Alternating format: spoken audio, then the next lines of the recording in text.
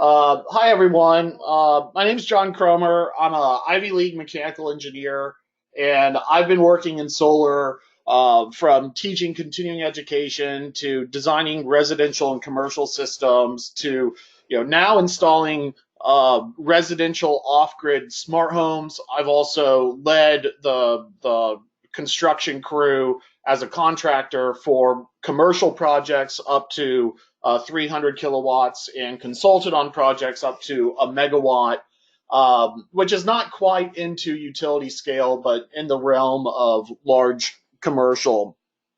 Uh, it might surprise you to learn that I'm a Texan who left the oil industry to get into solar. I was doing control systems engineering and contract management, but I was really interested in solar power about 12 years ago. It's an expanding industry. It will substantially change our power grid.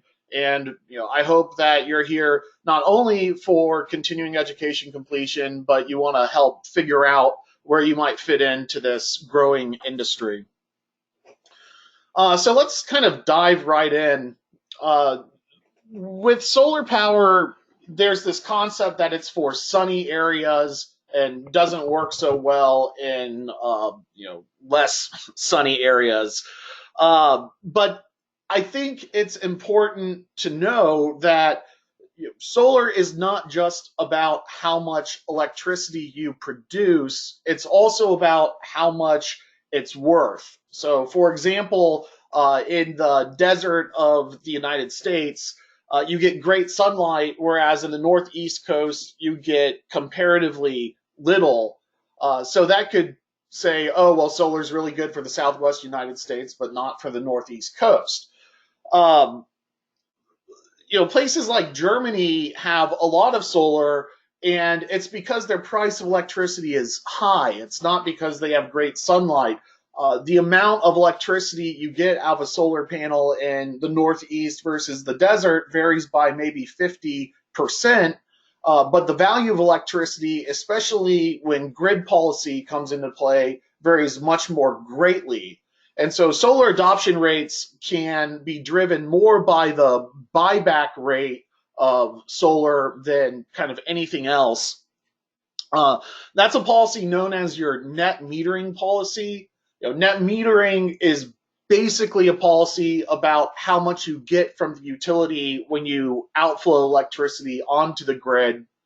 And solar will outflow a lot of electricity onto the grid. After all, we live in our buildings or in our homes using electricity 24 hours a day, whereas solar only produces in the middle of the day, in the mid morning to mid afternoon.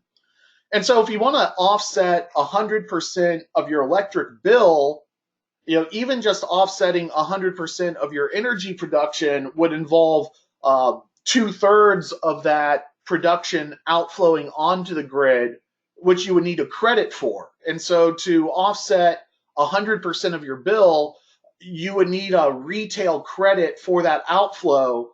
And some states only provide you 20% the value of electricity credit for that outflow, depending upon their net metering policy. And so to offset 100% of your bill, you might have to produce 2 to 3 times as much electricity in that manner, and they might not allow you to do that either. So depending on your grid policy is really what drives solar, and hopefully today we'll give you some pointers on where you can go to find cost-effective applications of solar, and also to understand the budget so you can make that determination for your area. This is a real project that I did at the end of 2018 using components that fit into a design aesthetic that is not just focused on being the cheapest system possible. I want things to be cost effective, but in this budget, we did find some room for upgrades that help the system remain kind of future proof with lithium ion batteries coming to the grid in the near future. But this was for a traditional batteryless solar array. Um, we upgraded the inverter to a lithium ion battery inverter, even though we did not need to include the battery. which could be added on later as lithium ion prices come down. Not all battery inverters are like that. Most require the battery, but these grid tied lithium ion battery inverters are generally for smaller batteries that don't provide whole house power. Um, my favorite standard upgrade for a solar project is to use all black solar modules. Even though they're not necessarily going to add substantial cost to the project, I do think it's worth making the array look good. We'll show you some examples later on in the program. I'm still seeking that ideal solar panel that hits the right notes of payback and quality. And my opinion does fluctuate as I gain more and more experience in the industry. But in particular, I think paying a little bit more upfront for all black panels is a way to make the array more aesthetically pleasing, which is important for resale value. I like to use internal cable runs through the attic, which are, you know, a little bit more complicated, but they make the array look a lot better. And I also think getting the conduit off of the hot rooftop is, in general, a good thing. I also like to use, the latest and greatest fire code compliance, and that often involves using little control boxes behind every solar panel on the rooftop. We'll get into that later. But essentially, these are real hard costs where you can install a quality batteryless solar array, even with some upgrades for future expansion. One way that I achieve a relatively low installation price is to have my designs fit the shipping units that the solar panels come in. So this was actually 2 pallets of solar panels, and the design was, well, where can we fit 2 pallets worth of solar panels on the rooftop rather than try to fill up every square inch of roof space, just to optimize some project logistics. And we'll talk more about that later as well. But right now, I want you to pay attention to this $250 a watt install price, with this budget involved. And we're going to talk about these budget details as we get through the program. But the average pricing for solar is actually hovering around $3 a watt, whereas I was just telling you, installation prices could be down in the $250 a watt range. Some states, maybe ones, this isn't everyone on the list. Mississippi, for example, is not on this list. You might find installers in a position where they have to bid on the low end of the price range simply because grid policy makes the economic return on an array very difficult. And so your competition is really selling something that has a payback at all rather than a competitively bid market. Other states, the competition drags down the price, but in some states, the price of solar does not need to be cheap to be valuable. States like New York or Massachusetts have such a high electricity cost that the installer doesn't need to lower the price. Instead, they could just increase the system quality and still get a very good payback for the customer. And that means your solar designs that are the right designs for your customer are going to vary throughout the country. It does require a lot of regional, local expertise or the ability to read an electric bill and understand how the regional policy fits into that. So we'll be talking about these issues throughout the day. Let's take a look at what goes into solar pricing. This particular chart says solar pricing for 2015 and 2016, although I still think it's pretty good data. Solar has gotten cheaper over the years, but in the past few years, there have been import tariffs that have been levied onto the solar module pricing, as well as the inverters, which are keeping the prices high. So I think this 2015 and 2016 data is still pretty reflective of what you can get today with the import tariffs included. So in dark blue, we see the cost of the solar panel itself hovering around between 40 cents a watt up to even 60 cents a watt, including the price of the import tariff. At the residential level, the panel costs a little bit more than, well, actually, the panel hard cost is about the same, whether or not it's a residential project or a commercial project or a utility scale project. The markup on the solar panels is modeled up here, which we'll get to shortly. Um, Here's your electrical balance of system budget. I don't think you should get too cheap on your electrical balance of system, as there's some nice things you can add on to a solar array to improve its quality. You might want to add a generator bypass switch to the top of the service panel so that the homeowner can have some backup power capability. Even if you're using a generator instead of the solar array, often the batteryless solar arrays do not have the ability to provide power during a blackout, yet the buyer of the solar array wants that capability. Sometimes the best solution is to use a generator for now and wait for the price of batteries to drop.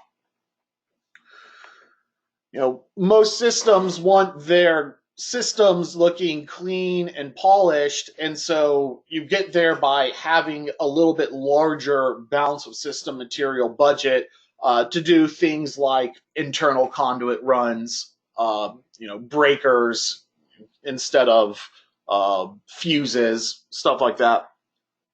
Minor upgrades will not increase your project cost exorbitantly, so it doesn't cost that much more to take a cheap project and add a little bit more budget into it to achieve a nice polished look.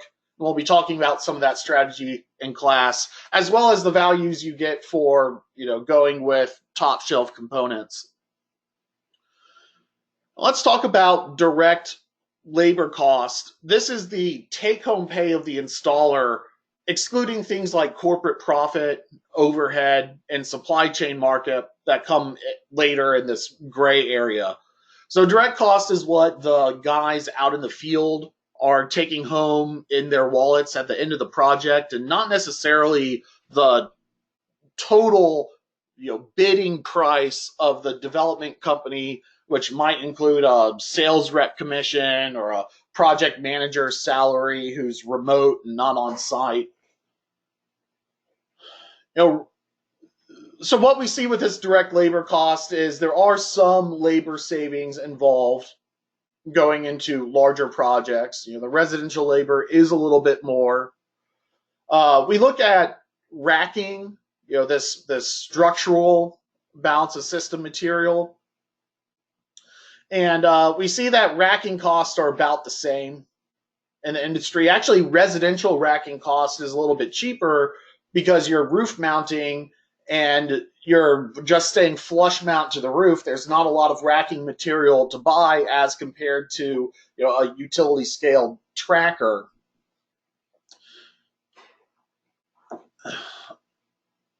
Design, engineering, and permitting is a modest cost. That's a project work that I think is pretty nice in solar, is to help a project site get ready for the permitting to enable general contractors and regular electrical contractors to accomplish this scope in a quality manner. They have the hand skills, they just don't have the knowledge. So there's a big opportunity in design and project management to enable more general electrical and roofing labor to come into the industry. So I think there's a lot that can be done, particularly on small project design. The rest of your project budget in this gray area is called soft cost. That's pretty much half of the residential budget.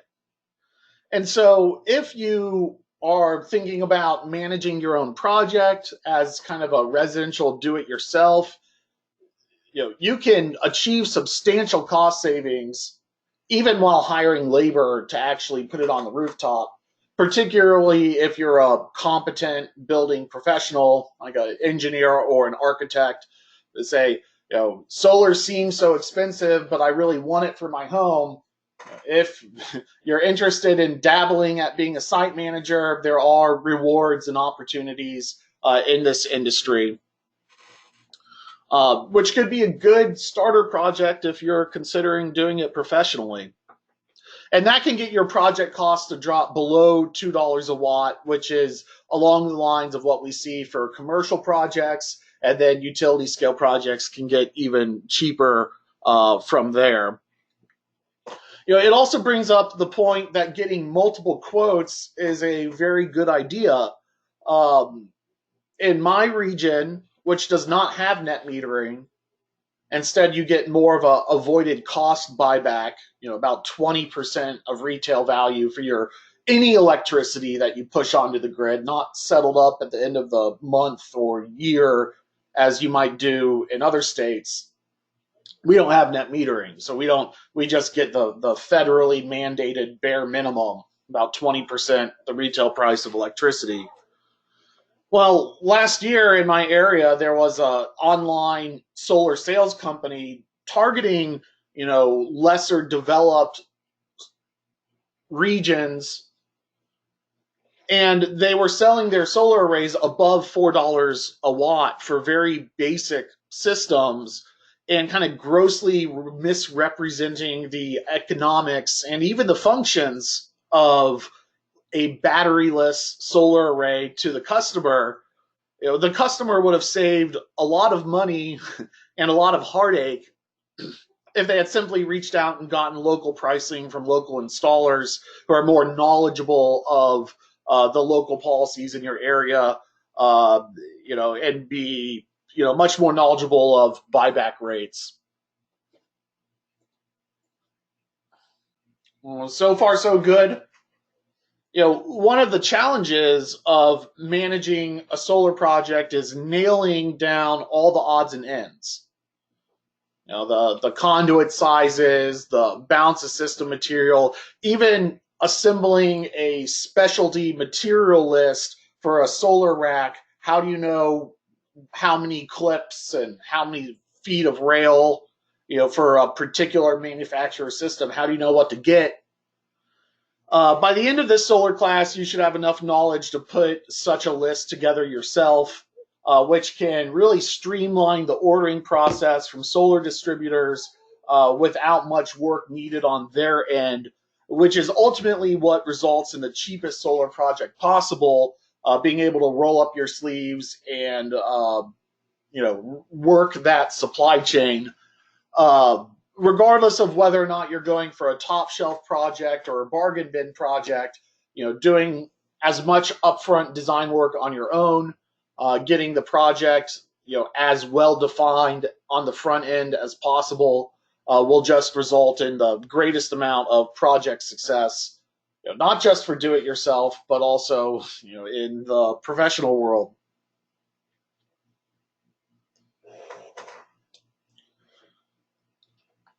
So a good starting point for learning about solar is learning how much energy a solar array will produce.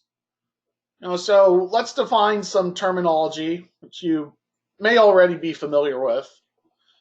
Energy is different than power. Specifically, energy is power multiplied by time.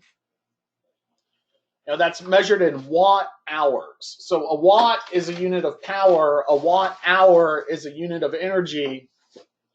So customers are usually very interested in how much energy a solar array will produce because their electric bill is billed in kilowatt hours. So how much energy will a solar array produce? Well, in this example, we have a solar panel rated for 250 watts, which is a little bit smaller than what's being installed today, but it keeps the math simple. We'll talk about higher efficiency panels a little bit later on in our module specific section. Um, I'll just use 250 watts in this example for mathematical ease. So if we have 250 watts of panels and we have 4 panels, that's a 1 kilowatt array. And if it were under full sun for 1 hour, a 1 kilowatt array would produce 1 kilowatt hour of electricity. Now that sounds great in reality, but the reality is that what 1 full hour of sunlight actually is, called a sun hour, is actually a laboratory defined terminology, and so it's rarely experienced out in the field. So it is rare for a 1 kilowatt array to actually produce 1 kilowatt hour in 1 hour of sunlight. Sometimes it'll do more, most of the time it'll do less. At high noon, there's a lot of sunlight. In the evening, not so much.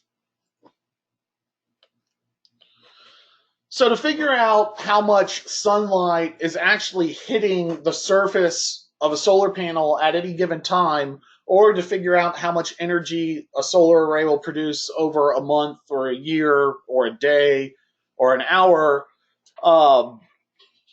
we use a free software put out by the Department of Energy called PV Watts. So PV Watts is a very good starting point to dip your toe into the solar industry. But behind its relatively simple interface, there's a robust platform. I use PV Watts data all the way into my off-grid building designs.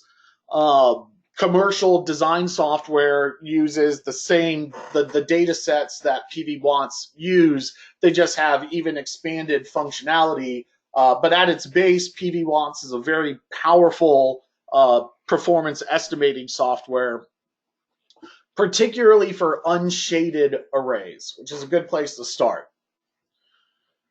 So what I want to use PV Watts for is to find out how much 1 kilowatt of solar will produce in a year.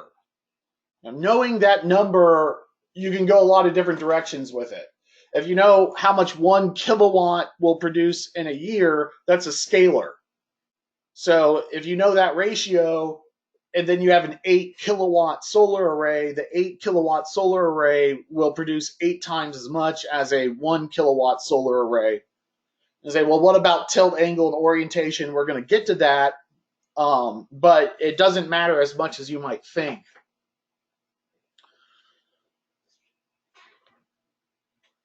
So I recommend memorizing what 1 kilowatt of solar will produce in a year, because knowing that energy estimate, you can perform all sorts of off-the-cuff, solar facts in the conversation with your client, sounding confident and cool, even though you're just really knowing these ratios. So for example, if you know how much energy a solar array will produce, and you know how many dollars per kilowatt hour that energy is worth, you can perform an economic payback. If you know how much your economic payback is per year, then you can calculate, okay, if I add this much cost onto a project, how many years will that add in terms of payback to my project? So knowing this ratio, how much energy per year 1 kilowatt of solar will produce in your area, is just a fundamental starting point. For example, in my area, and kind of the national average, 1 kilowatt of solar on a residential rooftop will produce 1,390 kilowatt hours per year.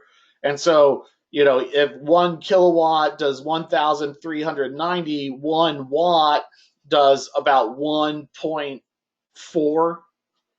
And so I keep that in my mind. I say, okay, 1 kilowatt produces 1.4 kilowatt hours per year. 1,000 watt will do 1,400 kilowatt hours a year. 10 kilowatts will do 14,000 kilowatt hours per year. If my estimated value of the electricity is 10 cents a kilowatt hour. That will result in $1,400 a year in electric bill cost savings.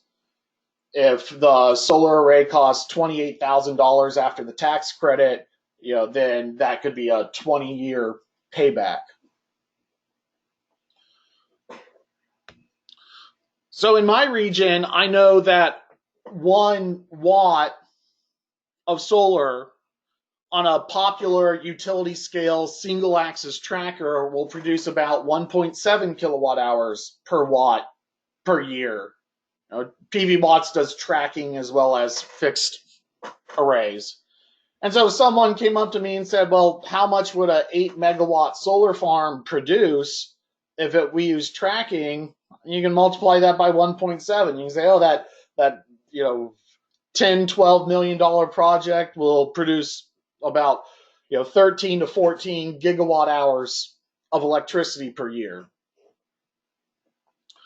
But I find this ratio particularly useful to know, in the residential level. And in most regions, you'll find that 1 watt produces 1.4 kilowatt hours per watt per year, less on the East Coast, more in the desert.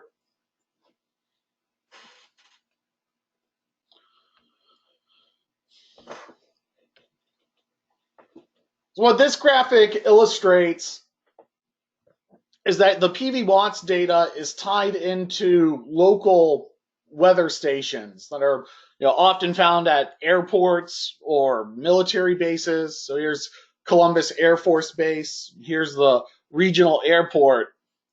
So a lot of these facilities have weather monitoring stations that go back decades. And so PV Watts is based off 30 years worth of locally recorded weather data, and they take the most typical weather month of that data set and use it to model the PV Watts production data.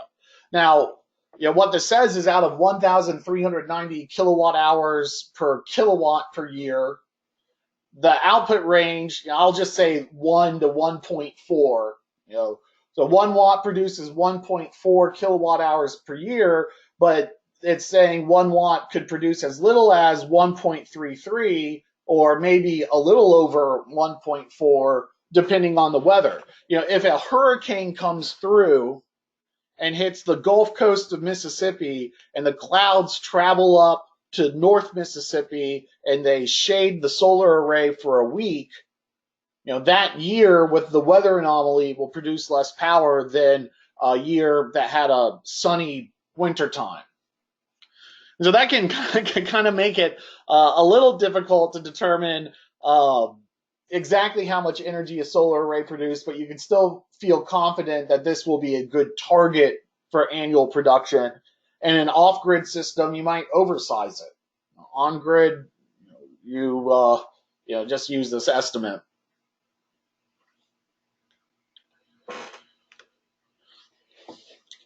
So we haven't talked about yet how tilt angle and orientation impact solar performance. And it doesn't matter as much as you might think. After all, if you draw a big circle around the rooftop, the same amount of energy is going to fall into that circle. And it's just a matter of filling up as much of the surface area with collectors to harvest as much of that energy as possible. But for cost-effective reasons, you're usually staying flush mount to the rooftop, and that only gives you some limited options. So let's try and understand how much tilt angle and orientation impact solar production compared to the theoretical tilt angle or the ideal tilt angle for the most amount of system output across the course of the year. So in this example, we're going to use Austin, Texas, which is about at a 30-degree line of latitude, which is your ideal angle for the most amount of annual system production. Of course, that doesn't factor in how much electricity is worth. if you have a perfect net metering policy where you're getting full retail value for every single kilowatt hour you push out onto the grid, no matter what, then a 30-degree tilt south-facing solar array will be the most cost-effective.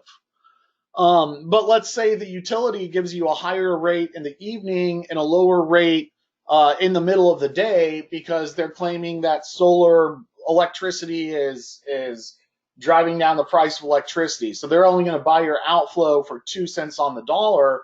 Maybe an east-west facing array that better distributes the power production to match your load results in less outflow.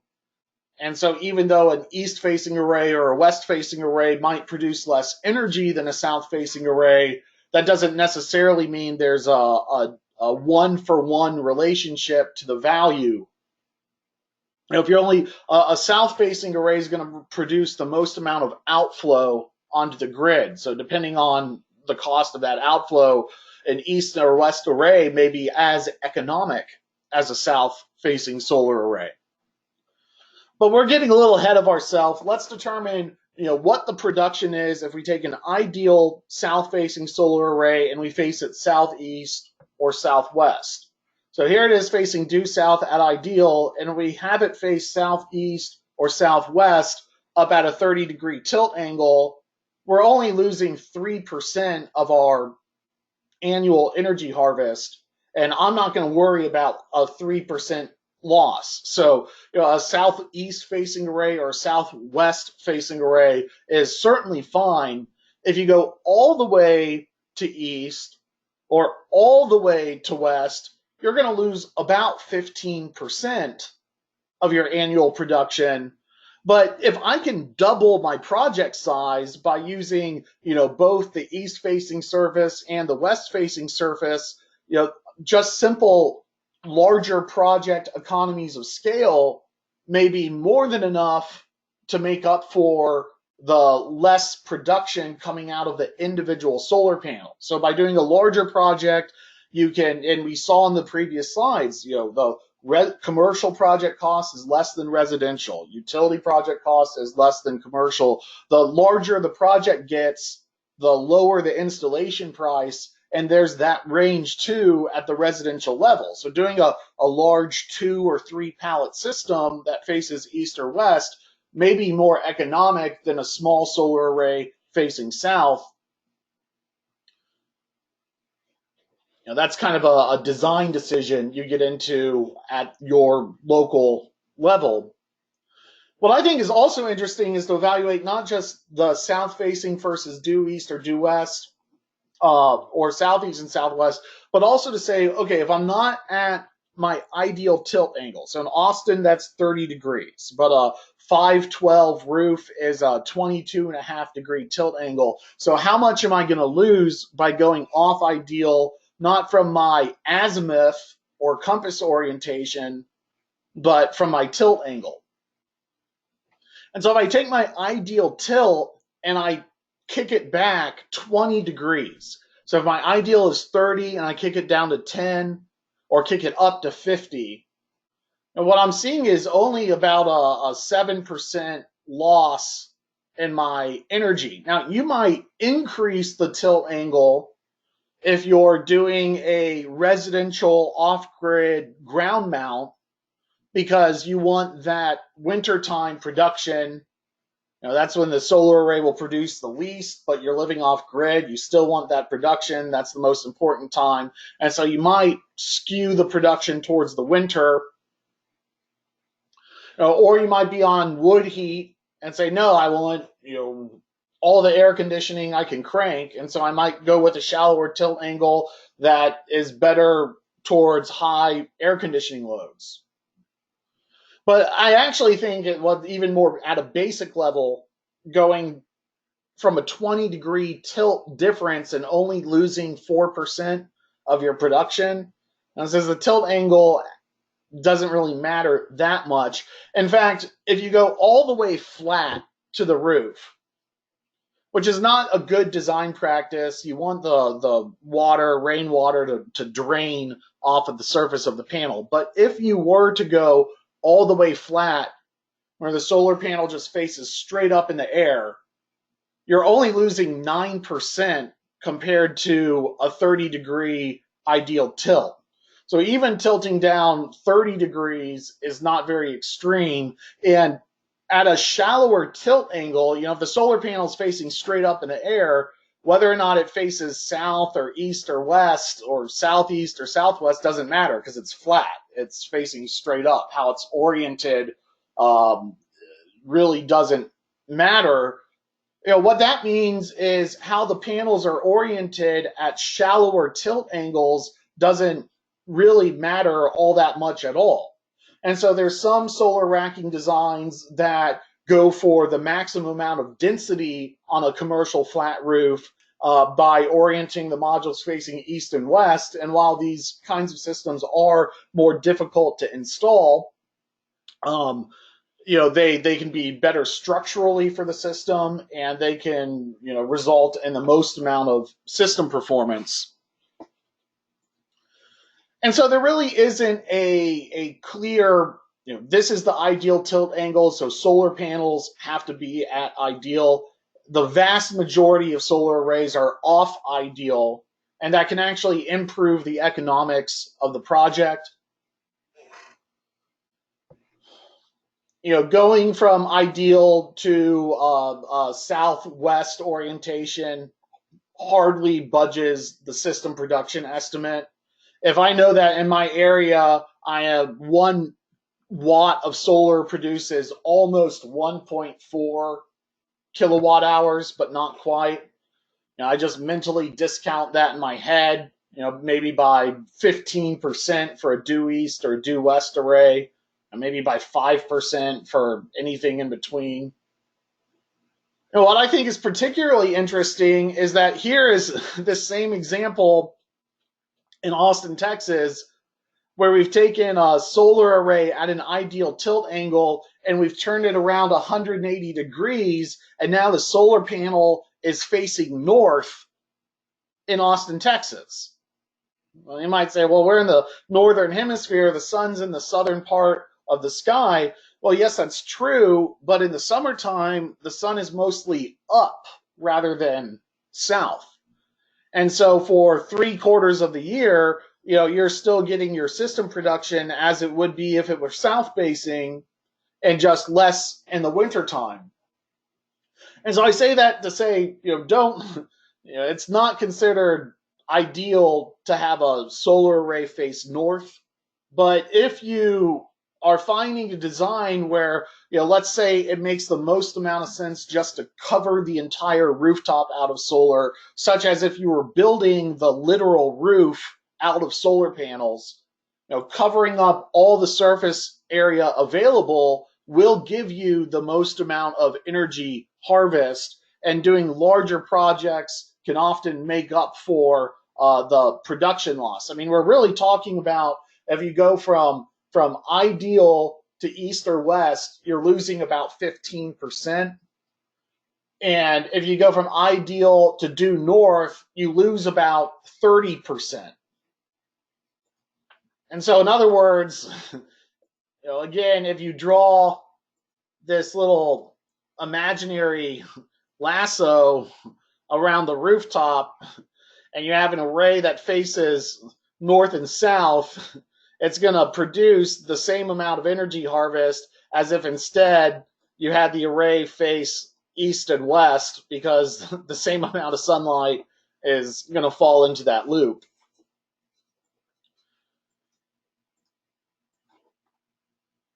So yes, south facing does produce the most amount of energy, but exploring all other angles and orientations is not crazy.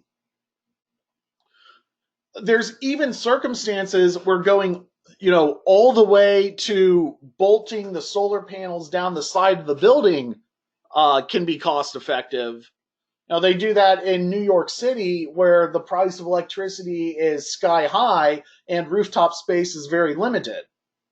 And so, even though a severely off-angle solar array, can produce electricity, and depending upon whether or not you need that electricity or how expensive it is, it can be worthwhile. In weather stations up in Alaska, you know, even having the modules face 90 degrees straight up in the air can be worthwhile. And the tinkerers and hobbyists look at some of these clear solar panels, or that are at least partly clear, and they say, let's just have solar farms be stacks of vertical glass clear solar panels to achieve extreme energy density, like computer chips on a motherboard.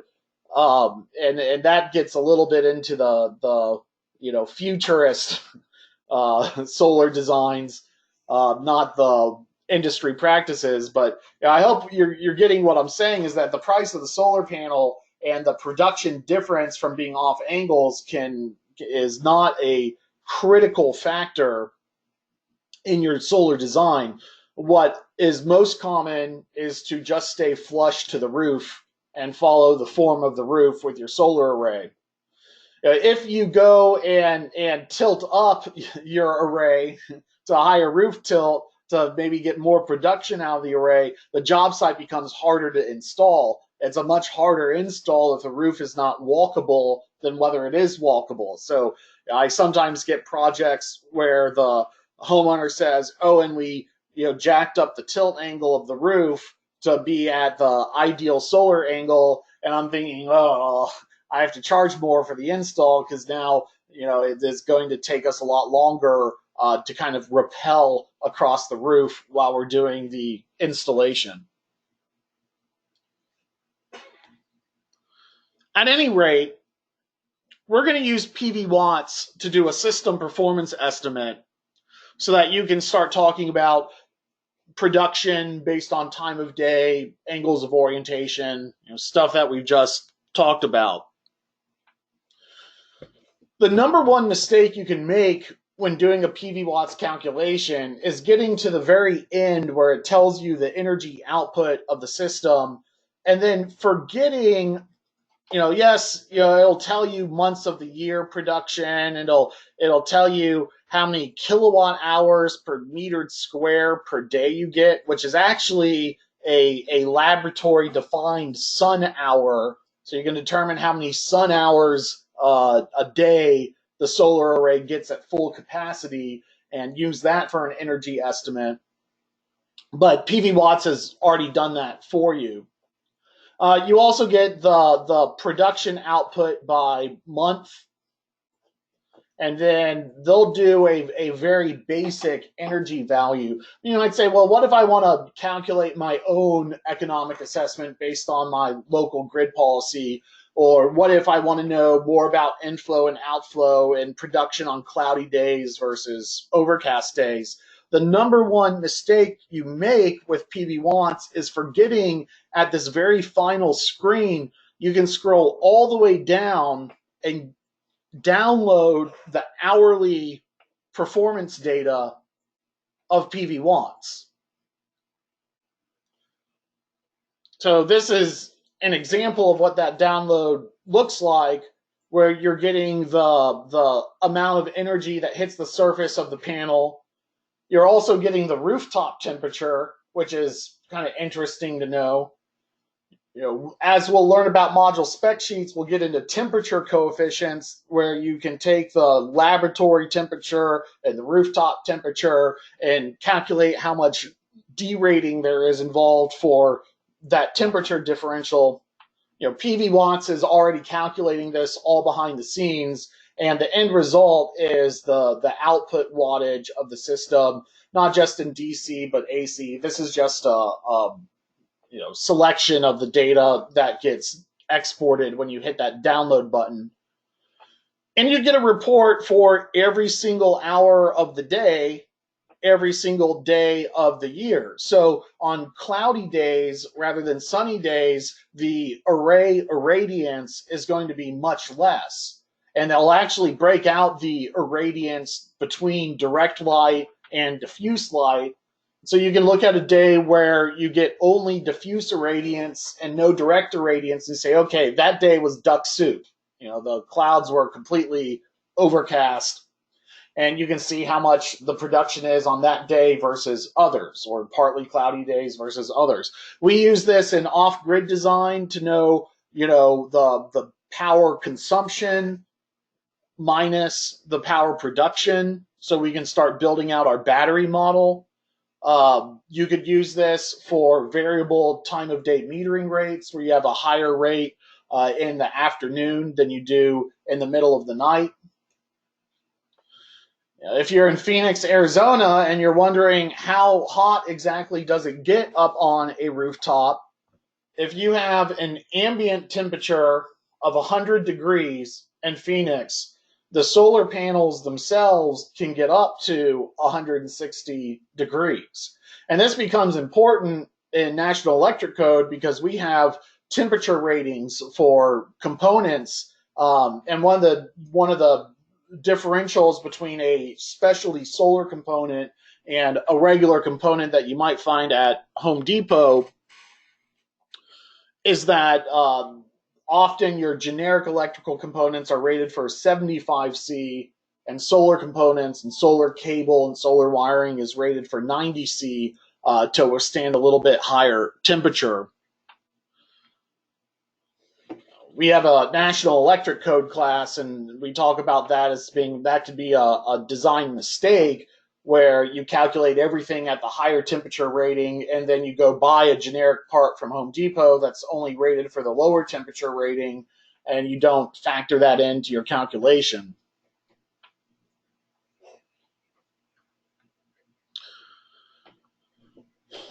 So we're going to talk about module spec sheets in greater detail in a little bit. But since we're on the topic of temperature degradation and energy estimate, what we get on the module spec sheet is a standard test condition that's performed at 25 degrees Celsius as the cell temperature, not as the ambient temperature. So how would you take the cell temperature in Phoenix, Arizona that is at 70 degrees Celsius and back out the performance loss due to that heat, because the wattage rating on the panel was done at 25 degrees Celsius? So how do you know how much energy a solar array will produce with PV watts?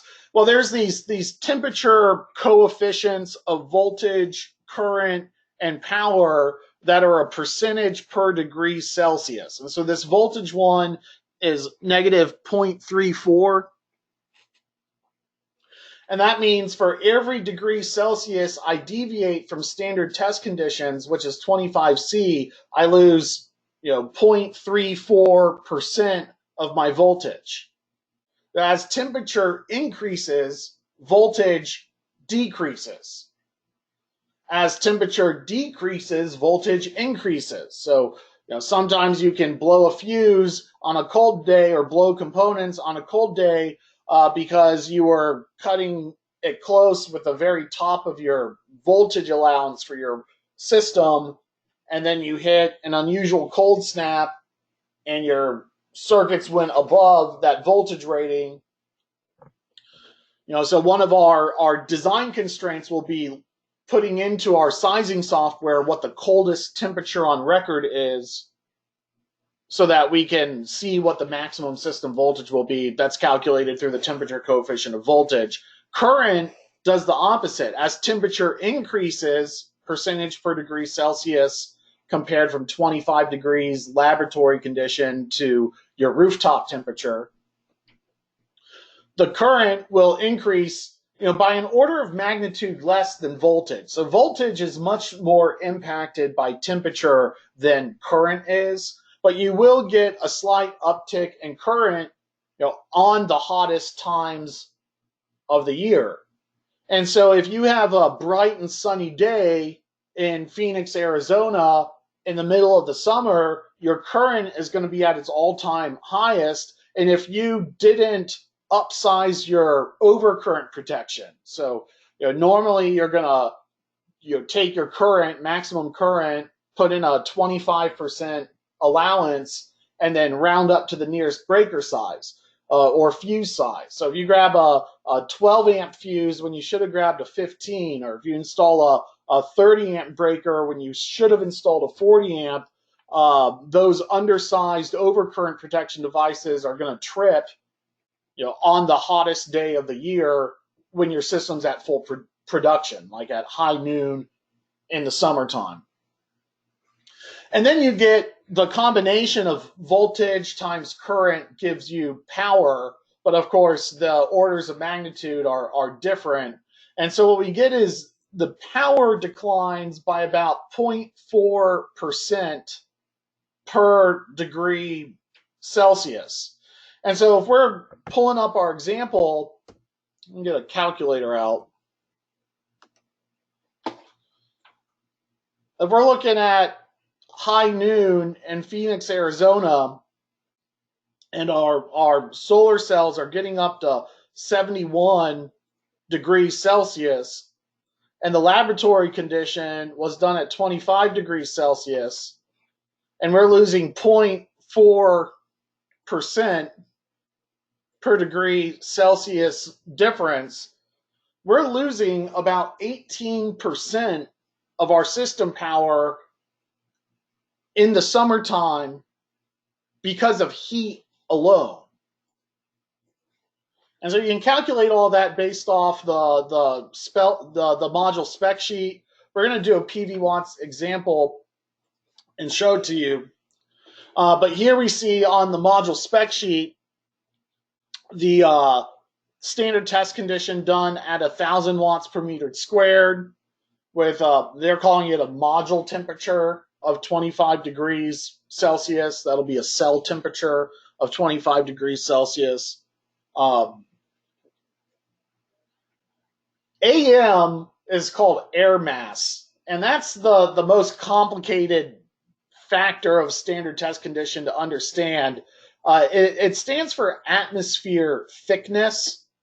Now, if you have the Earth, you have your solar array on it, in the morning, the photon is going to travel through thicker atmosphere than at high noon.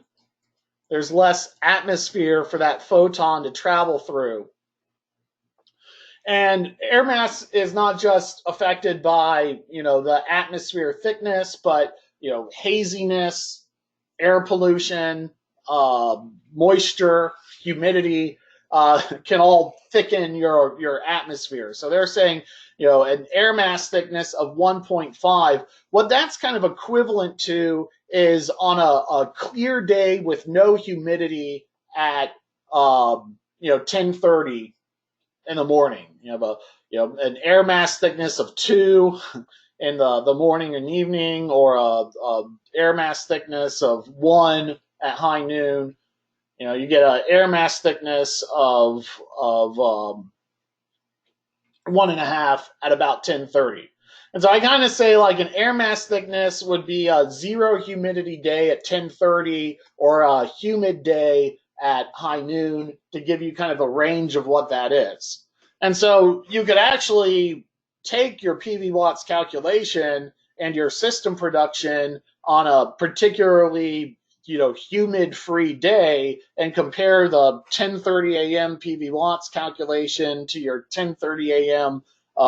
Actual system production, to kind of get a benchmark to see how far off you are from your PV watts calculation. Now, what I do is I've installed multiple arrays in my area, so I pull up their online monitoring systems and use that to kind of fine-tune my PV watts model. But you could do it using data based off module spec sheets and what you get out of PV watts. So let's hop online and do a quick PV watts example. I'm not going to take too much time on this, but it's such a good skill to learn for doing solar. Kind of everything comes from it. So why don't we just pull an example? We'll do Philadelphia, Pennsylvania. Not a particularly sunny area.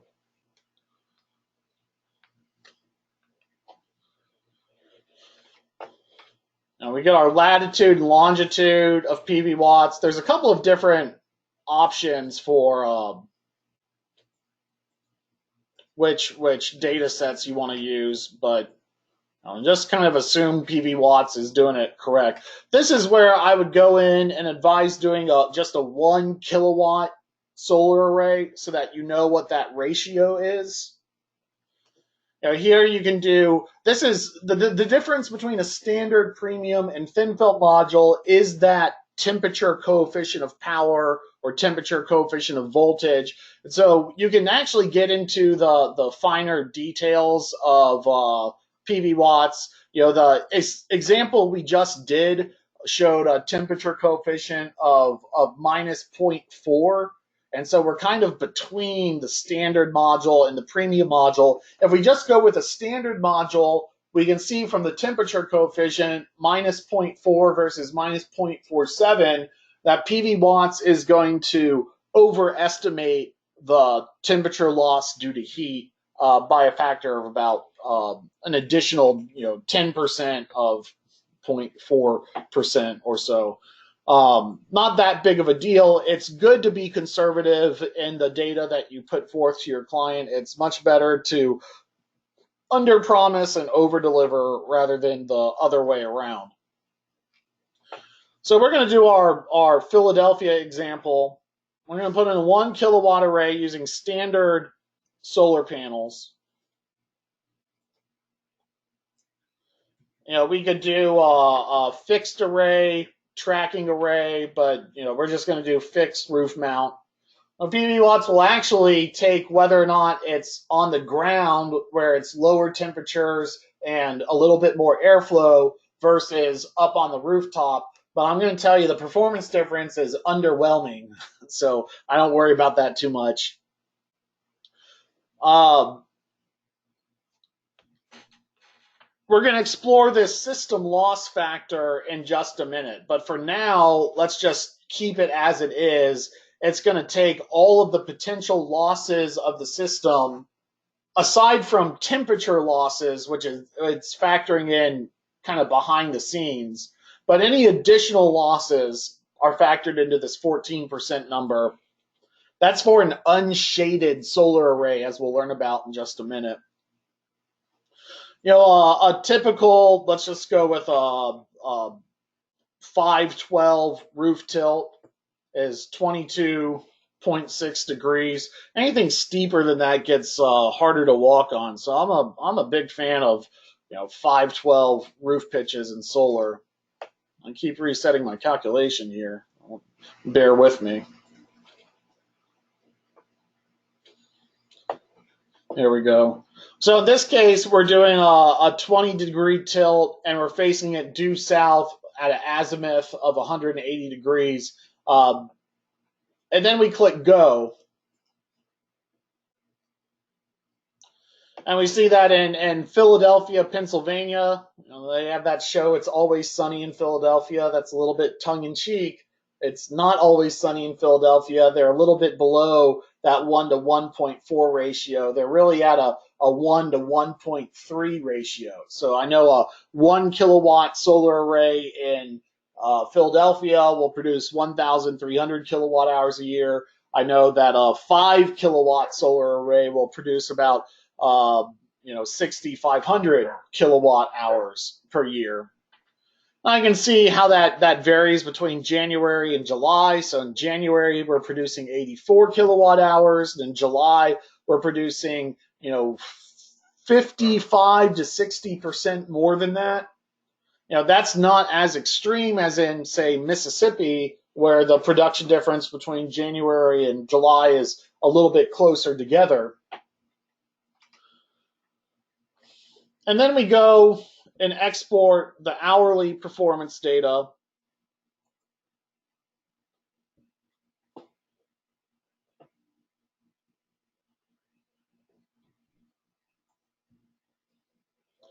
And so here we are in PV watts. And we can see things like the beam irradiance versus the diffuse irradiance and the ambient temperature, this module temperature. We can have the most important one is this AC system output in watts. Now let's say we wanted to see the maximum system value of this 1 kilowatt solar array for the entire year. The maximum system value is about 833 watts.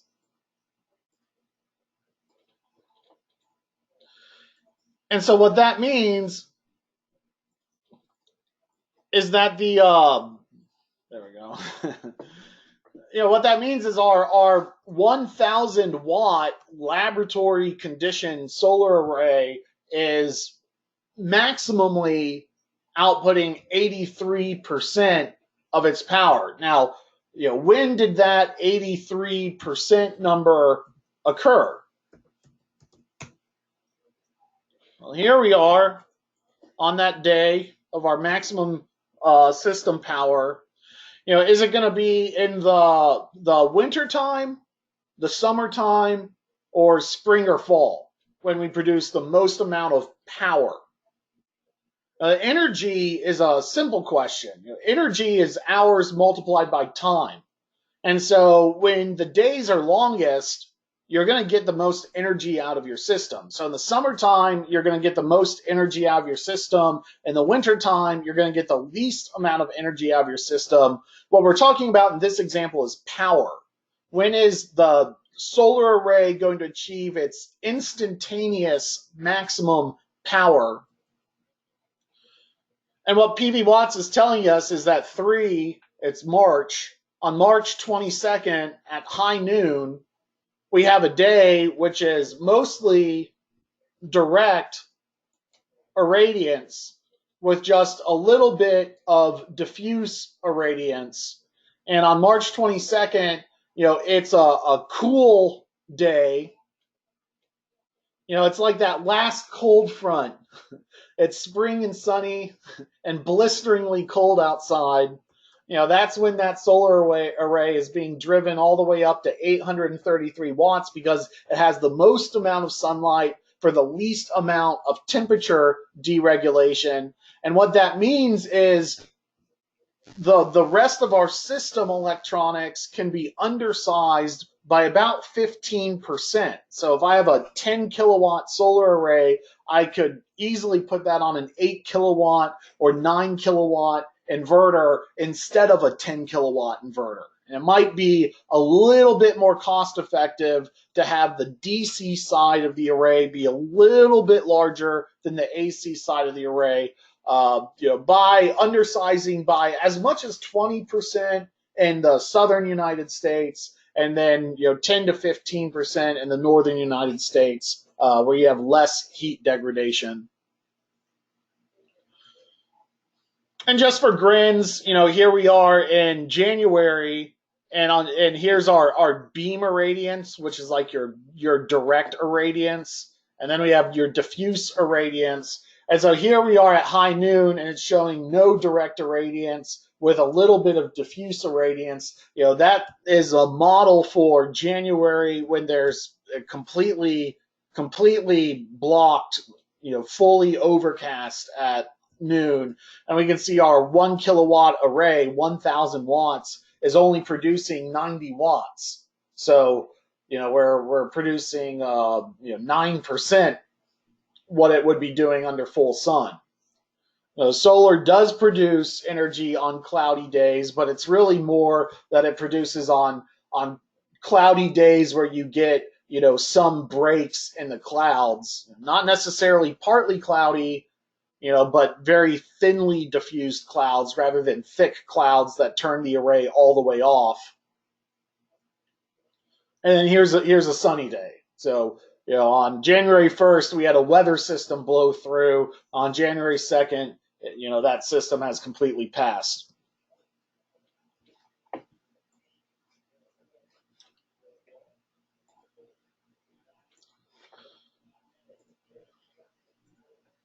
And so to kind of round out our PV Watts discussion, it's very useful for sunny days, cloudy days, all these factors we've talked about. Last thing to talk about in PV watts is this D-rate factor that we kind of glossed over.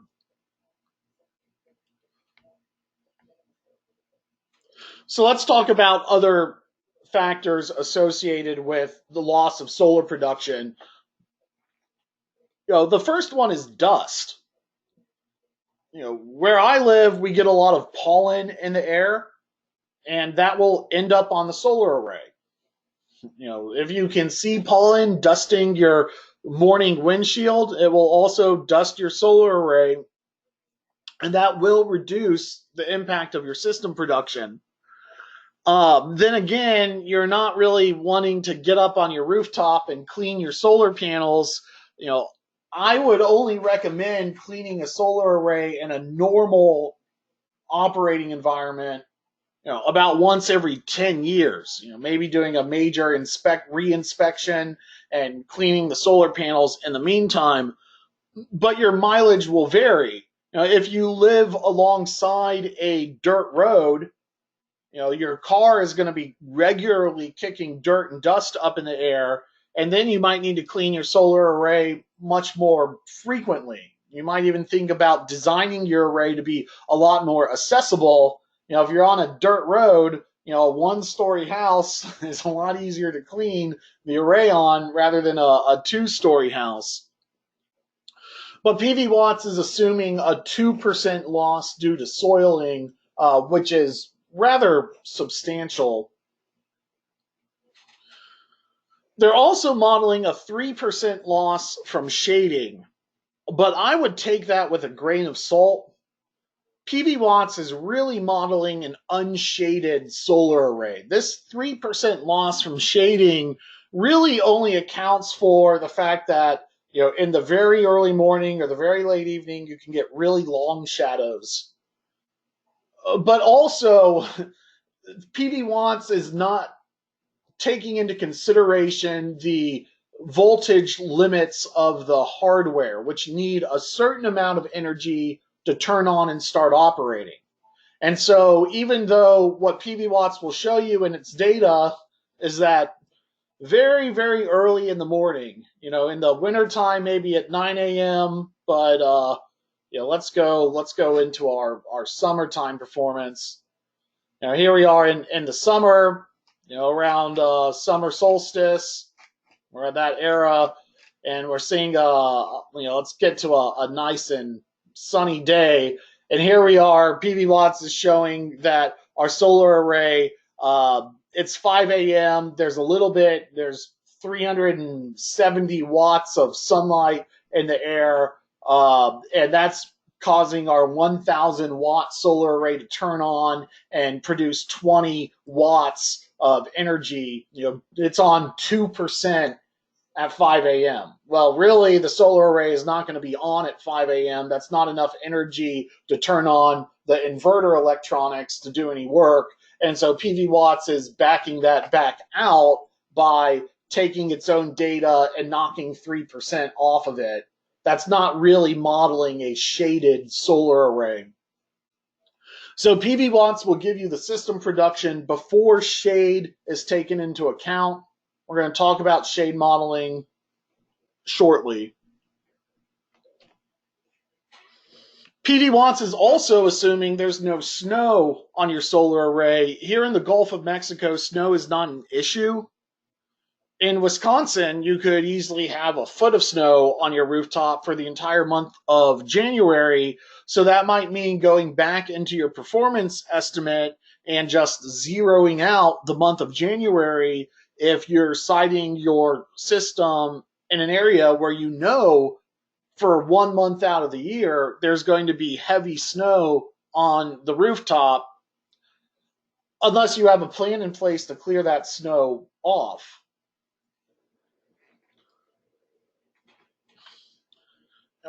Imagine that solar is like a chain link fence where the weakest link in the chain is the weak point of the system. Similarly, module mismatch, the slight variation in performance between one module on a circuit and the other module on a circuit, or slight mismatches between circuits for that matter can cause production loss. In this particular item, PV watts is being too conservative. Solar panels used to have a power tolerance of plus or minus 3%, or even plus or minus 5%, where you unpack a pallet of solar panels that are 100 watts, and some of them could be 95 watts, and others could be 105 watts, adjusting for higher wattage modules of today. Well, those higher wattage modules of today have better quality control procedures, and now instead of getting a plus or minus 5% tolerance on what you unpack, every module is rated for at least its sticker rating out of the box. And so PV Watts is modeling kind of some mismatch derating that you would factor in by the fact that you used to have a plus or minus 3% mismatch rate. That mismatch rate still exists, but it's on a positive tolerance side. So if anything, if you use little control boxes at every single, panel on the rooftop to optimize the performance of every array, you'll see your performance jump up by about 2%. But really, the mismatch rating should be 0%, and that would raise this up to 12%. But then PV Watts is not being so conservative in other areas. And so generally for PV Watts, I just recommend keeping this 14% number there for unshaded solar arrays. Lacey has asked if there's a scheduled break coming up. There is at 12:30. So we'll take a 15-minute break at 12:30 if that's all right with you. If it's not all right with you, if you have to run and do something and you're afraid about missing out, I record these programs and I upload the recordings to my website. So, that's, while it's not available for continuing education through my website, I want to make this content as easy to access in you as possible. My website's Community Solar, and if you go to classes and you go to solar, you can get the transcript of this program and also the course recordings. But I do update and maintain this program, and you'll see even today's program is going to be updated to the site. So you have to run out of the room for a minute. There's a way for you to get the content back.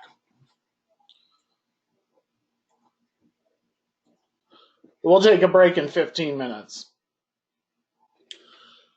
Getting back into the system loss, you have wiring performance drops. This is voltage drop. This is the loss of energy that the electrons go through in the wires and cables coming out of the solar array, flowing all the way back to the inverter. And there's really no way to avoid that other than to upsize your cable. So cable will have a voltage rating and an amperage rating, and sometimes you're sizing your cable, usually you're sizing your cable based on amperage, but you may look at your voltage drop based on the distance between the array and its point of interconnection, and say, well, that voltage drop is greater than 2%, and so we need to upsize our cable to keep it within 2%. National Electric Code wants you to be at no less than a 3% voltage drop. In the solar industry, it's generally a best practice to keep your total voltage drop within 2%, and that's factored within PV Watts. I usually upsize my cables further to limit my voltage drop to be around 1% to 1.5%. But past that point, you're just increasing your wire size for no reason and kind of wasting that cabling budget. When we talk about balance of systems materials, I select my cable size based off a bundled cable, and I'm sizing it off the ground wire, which is an undersized ground. So I found like a generic part that makes internal conduit runs really easy. And so I'm usually using number 6 cable between the rooftop and the array because I want a number 8 ground. We'll talk about that probably tomorrow when the discussion gets a little more technical. The short of it is PV Watts is factoring in a 2% voltage drop, and usually that's your systems are going to be a little bit less than that.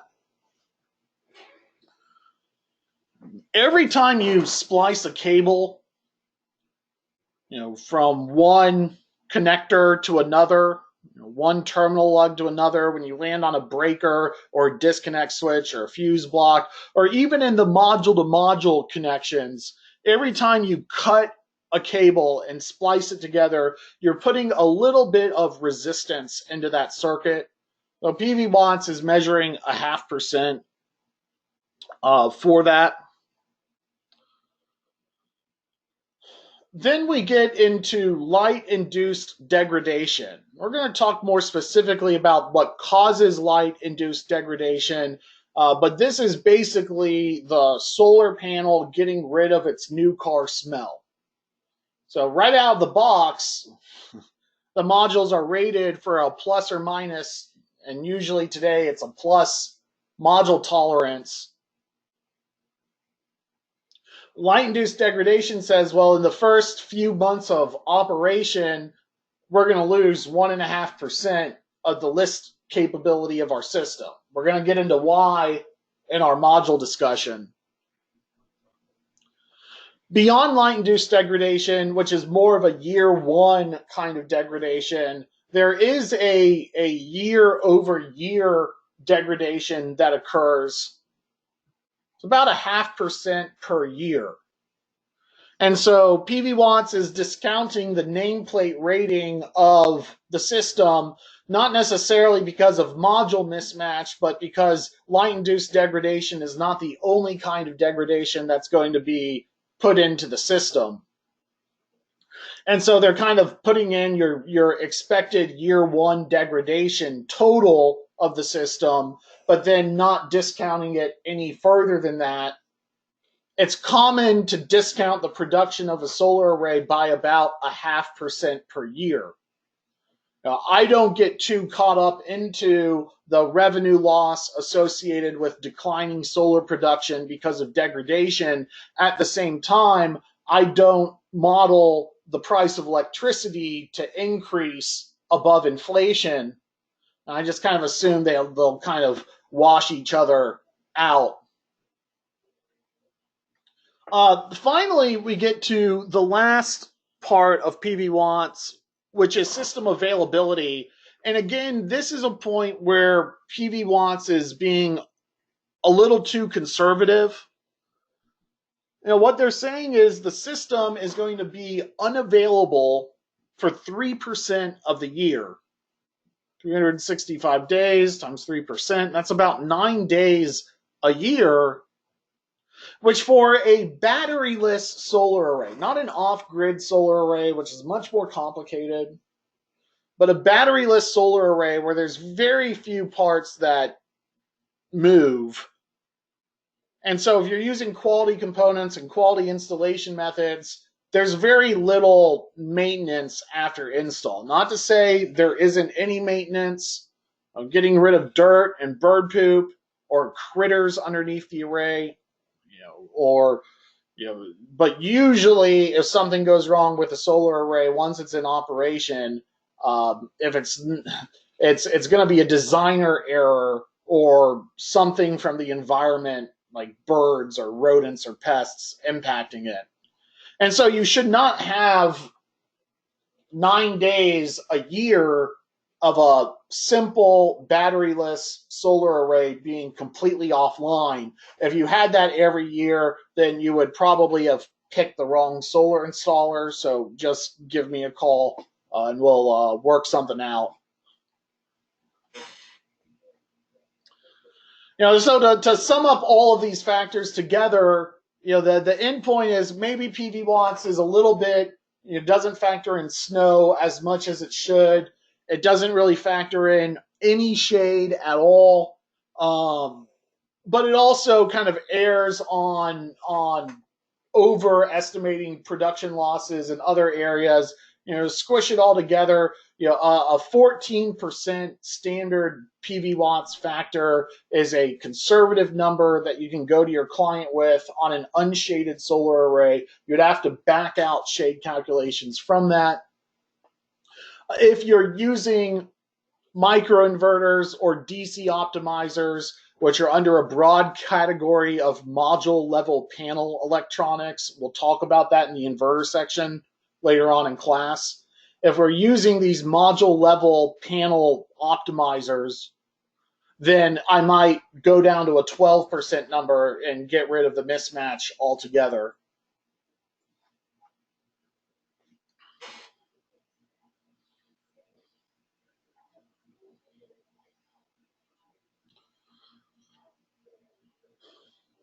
So I've been referring to what you think of as a solar panel, I will call a solar module.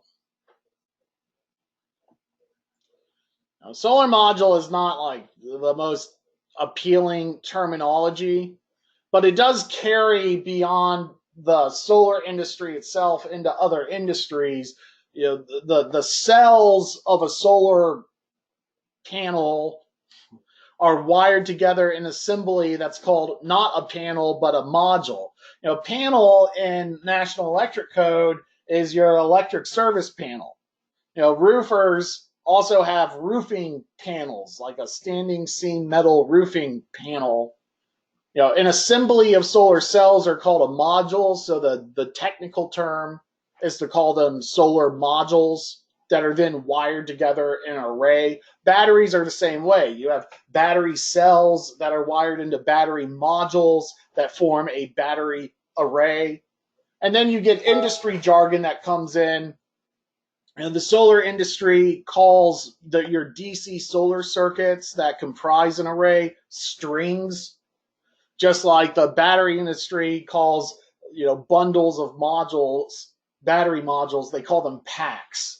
Because it's, I don't know, it's cooler. All the cool kids say it because calling it a battery pack sounds a lot cooler than calling it a battery module.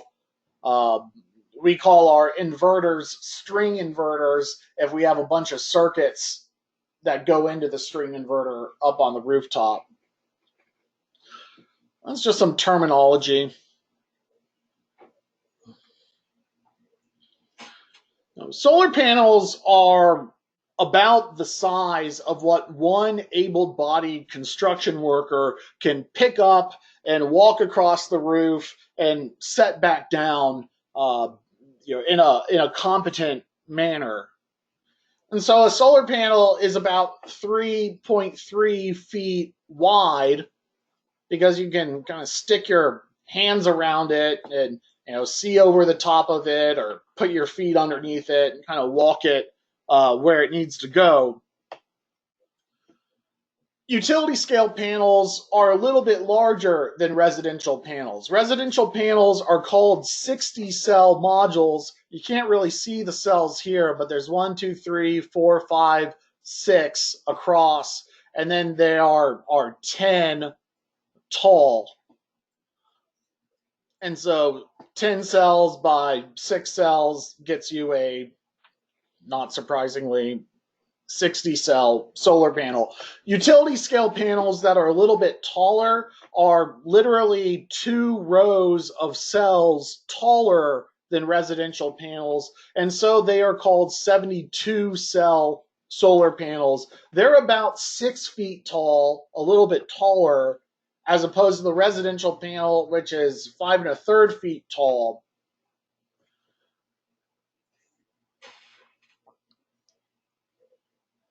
It's not that you can't use 72 cell panels on a rooftop, but I don't recommend it, because particularly on slanted rooftops, being able to safely manage that solar panel is obviously important. So on a rooftop, 60 cell panels are much easier to handle. But if you're going for a total cost optimization, 72 cells will get you a little bit more bang for your buck, because you can generally fit more watts on the same racking substructure with maybe very minor, modest improvements. You might space the attachments to the roof. You might have one more attachment out of an array of 10 modules to account for a little bit more weight and a little bit more span associated with the larger module. But regardless, your solar module is rated to withstand 1-inch hail at 50 miles an hour, which can give them an air of invincibility. Oh, they are so strong that they can give a solar installer a false impression of strength. If you twist a solar panel the wrong way, or even drop it the wrong way onto concrete, it is glass and it can shatter. If you mishandle it during shipping, because a box of material was put on top of it and it jostled around for miles in a box truck, that can shatter the panel. When I buy the pallet, it still comes packed in the same wrapping from the manufacturer, so I don't have to worry about as much shipping logistics as buying the panels individually, where they might come shipped outside of the pallet and are much more likely to get broken during shipping.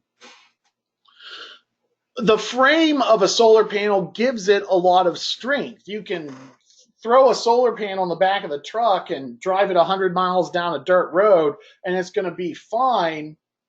You can even put a little bit of weight on it. If you kind of Spider-Man across the panel for servicing or installing, what you really want to take care is to keep your weight on that frame. The panels can give you a false impression. You put your hand on that in the middle of the panel and the glass may not shatter, but you're still going to cause little micro cracks in the cells that can ultimately result in long-term end-of-life degradation of the panel. So, panels give a false impression of strength because they are very robust. They are stronger than your typical roofing material. Just like a metal roof can provide an insurance discount and improve longevity, a solar array on top of a roof can strengthen and protect the roof, increasing its life. At the same time, that era of invincibility can lead the installer to disrespect the solar panel. On a utility scale fixed tilt ground mount, you might have solar installers leaning up or sitting on solar panels and not realizing that they are causing little subatomic weaknesses that are not the best. And you might not see those weaknesses result in performance loss, but they will be where the module fails a long time down the road. A common way to break a solar panel is to lean it up against the side of a wall and then have a gust of wind come through and smack the solar panel down on the ground, which shatters the glass. And so it's kind of this relationship of having a very robust piece of material to work with, but it's still not bulletproof. Module efficiency is how much power hits the surface of the module as compared to how much comes out the backside in the form of electricity. So kind of the value range of module efficiency is 17 to 18%. You get a lot more manufacturers producing modules in that range. The high range of module efficiency goes up to, nowadays, it's even closer to 22%, with other kinds of technologies potentially boosting that further. The thing about the higher end panels is that they also cost more than the lower end panels, obviously. It'll cost more, and under certain circumstances that can be very well justified. Um, if you have a very limited space, a more efficient module will take up less space for the same amount of energy. So that could be in a remote setting where the job site's in the middle of a forest where you get a lot of trees, and so a very limited window of production. Or it could be in New York City where the real estate price is so high that you might as well go for something that may have a longer term payback, but overall greater system value because of the long term production increase. Typically I don't go for top shelf solar panels because I'm installing at a lower price point. But there are markets where it's justified. We'll learn more about that as we get into the module warranty discussion. That's another thing you pay for when you go with a top shelf, high efficient module. In no of those cases does efficiency directly translate into build quality. You can have a very quality solar panel being lower efficient, being less efficient. But generally, the higher efficiency solar panels also have high quality build quality, but not always. We'll learn more about what that actually means as we get into our spec sheet discussion and our racking discussion. There used to be more discussion over which kind of panel technology would dominate the field, whether it be silicon or non-silicon solar panels. There's more discussion of that about 10 years ago. Nowadays, silicon is king. However, there is a large US manufacturer, First Solar, that makes thin film modules out of cadmium telluride.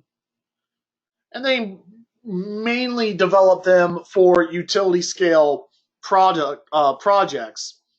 There's another global manufacturer that makes solar panels out of copper, indium, gallium, and selenium solar panels, but they have remained a very small niche market, have not experienced the projected growth on this chart.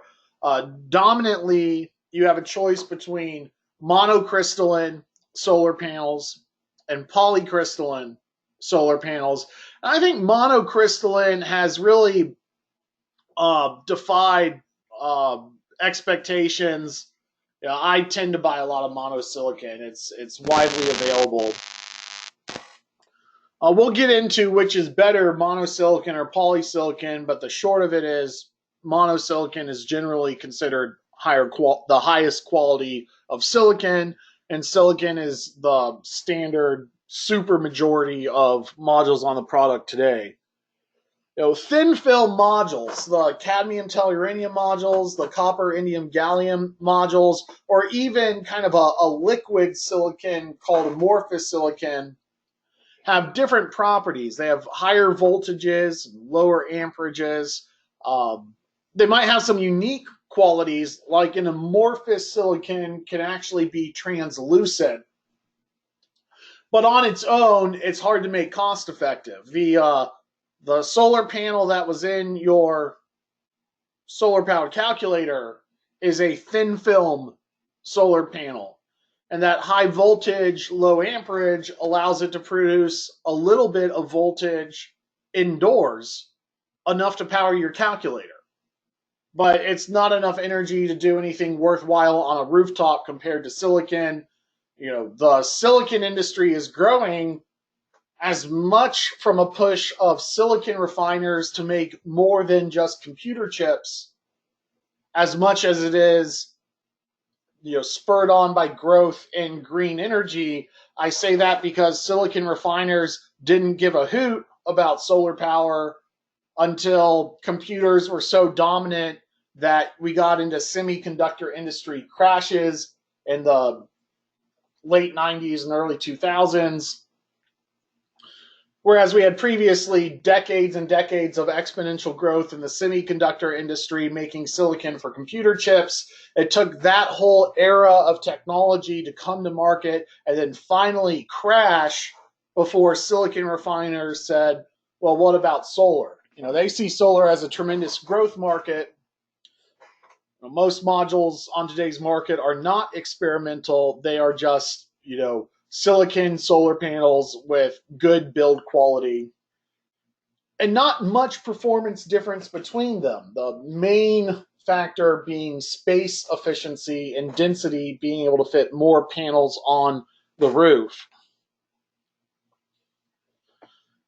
So this is my favorite upgrade. It's called an all-black solar panel.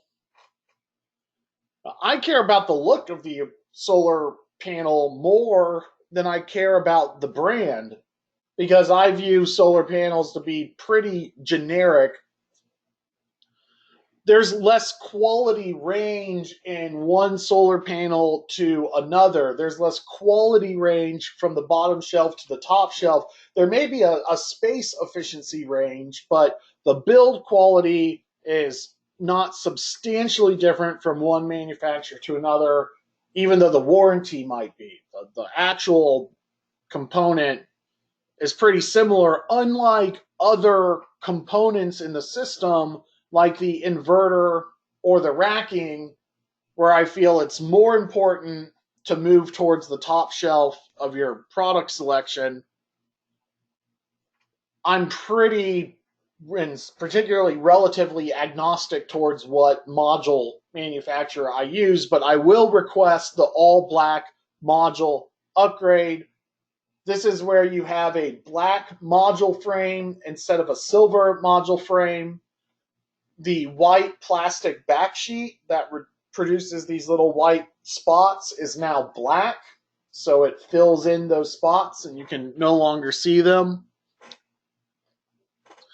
Now, if you go with the top shelf all black panel and really treat your client something that's very high efficiency, the front of this panel will also look like a just black piece of glass where you won't actually be able to see the grid lines.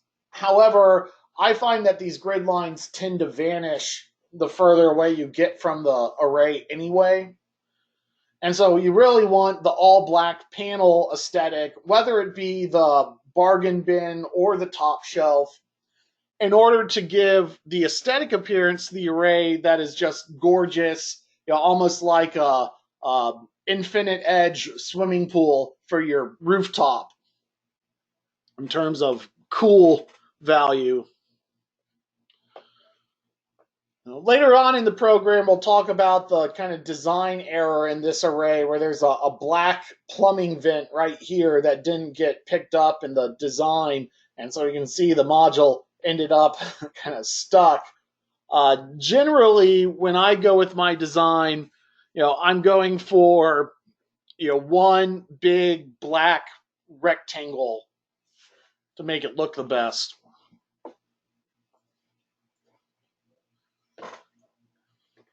Tesla gets a lot of press for solar shingles, sometimes to the chagrin of installers who would prefer that their customers, move forward with their project today rather than wait for whenever the Tesla solar shingles come out, which is not likely.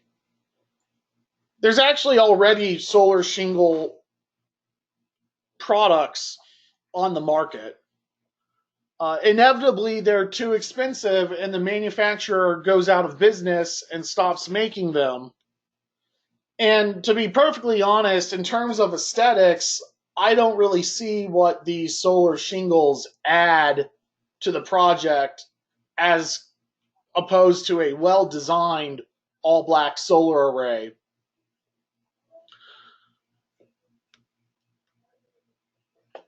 So solar shingles do exist, but installers don't sell them because they don't believe that the manufacturer will support that product throughout its life.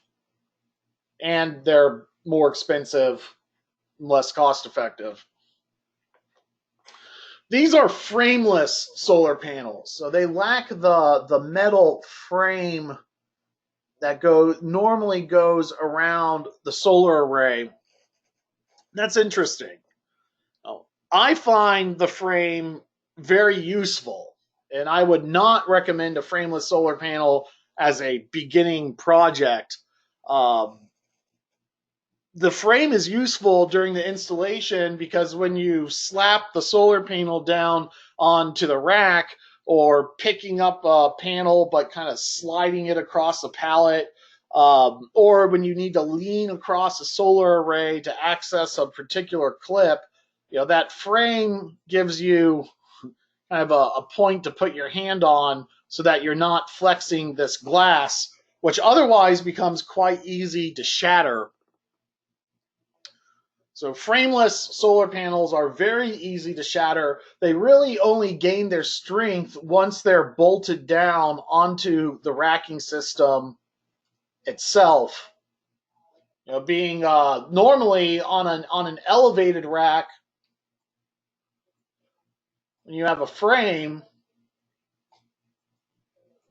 the clips keep the rail. You get a little bit of a gap between the rail on the underside of the panel, so you're really only attacking the panel, attaching it to the rooftop at 4 points, whereas with a railless system, after it's installed, becomes stronger because that module is fully supported by the rail. So it's kind of an interesting situation where a frameless panel starts out weaker but ends up stronger. It also has some advantage in not having the metal rail, and that there's less metal, and so there's less degradation, as we'll learn about later. And there's also less conductive parts, which could be safer during a failure. Then again, there's less of these panels made, and so build quality is important with safety as well. Maybe doing an experimental panel is not the best thing to champion in the name of product safety. There's a question that says, well, what about triangular panels? And I get what you're saying. It's like a triangular, let me change my marker color. A triangular panel that kind of fills in this gap would look really good. Sharp, back when Sharp made solar panels, made triangular solar panels, but they didn't last because they cost 4 times as much as a regular solar panel. So they've kind of vanished from market. To get a better aesthetic on a trapezoidal roof, you might mount the modules in landscape and then kind of stair step them to better follow the roof line, which only involves a slight uptick in your racking cost, which is not a substantial portion of your project budget.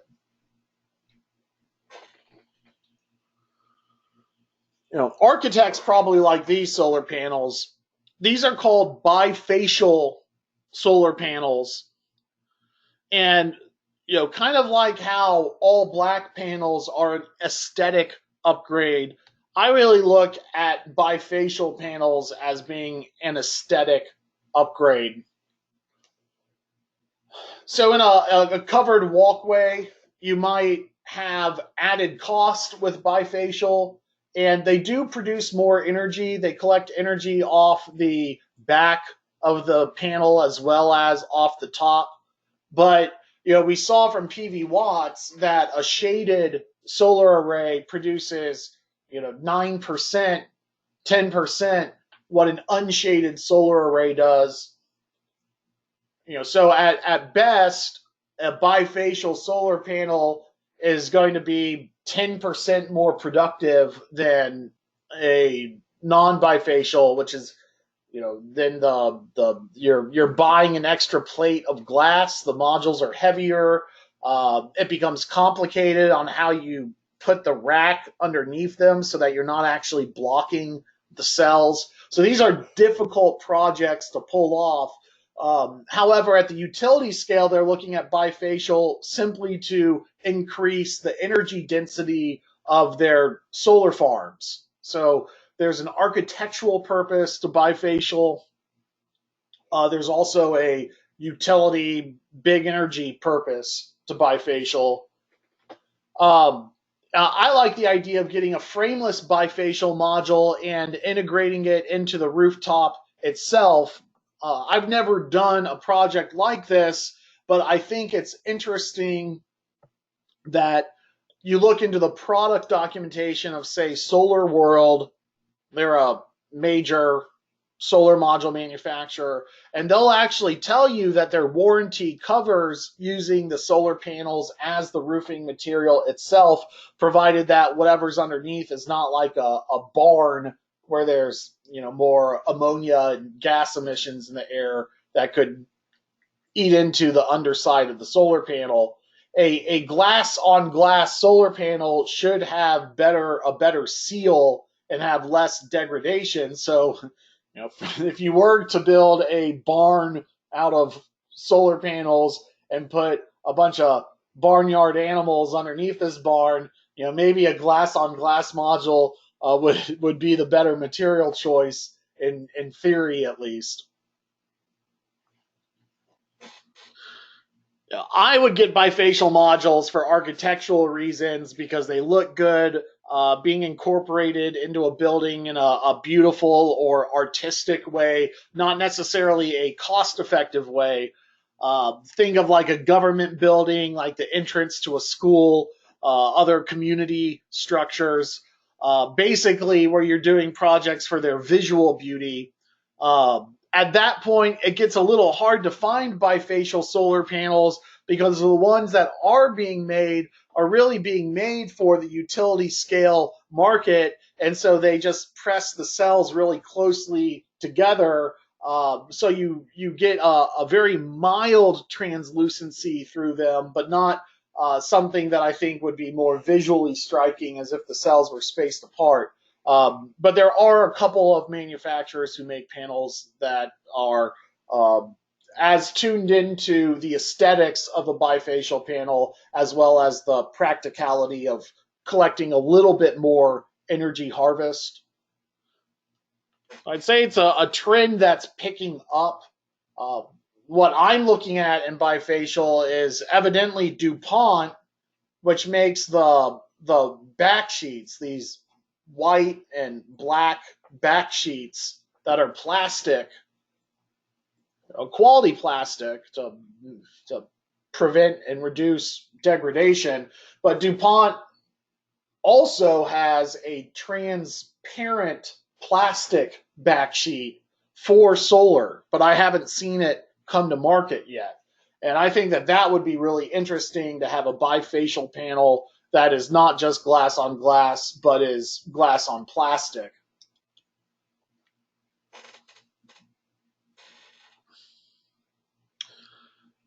So where do you go to buy solar panels? My advice is to go to a bunch of different online wholesalers and then to look for their newsletter, which is usually something you put your email address into at the bottom of their website. The reason why I suggest the newsletter is that is where you will get the installer or dealer pricing being emailed out to you. So, by the time you place your order, they might say, oh, well, you're not an installer, and this is what we sell to installers for. But at least you'll know what the pricing is that an installer is purchasing panels for. Over the course of this class, as we get more into the design discussion, we'll learn how to package projects together into material lists. So once you have that conversation with the distributor, because you know their pricing, if you also know their inverters that they carry and their racking, and you can deliver them a complete bill of material, they're not going to tell you no. This is not a rigid supply chain like the air conditioning industry where you have to be a licensed not just licensed, but a manufacturer trained installer and manufacturer certified installer to do solar. The supply chain in solar is not that rigid like it is in the air conditioning industry. So my recommendation is to know how to do material list assembly and then sign up for a bunch of different uh, email lists from distributors, and that will get you very close to the same price that professional installers are purchasing their equipment for.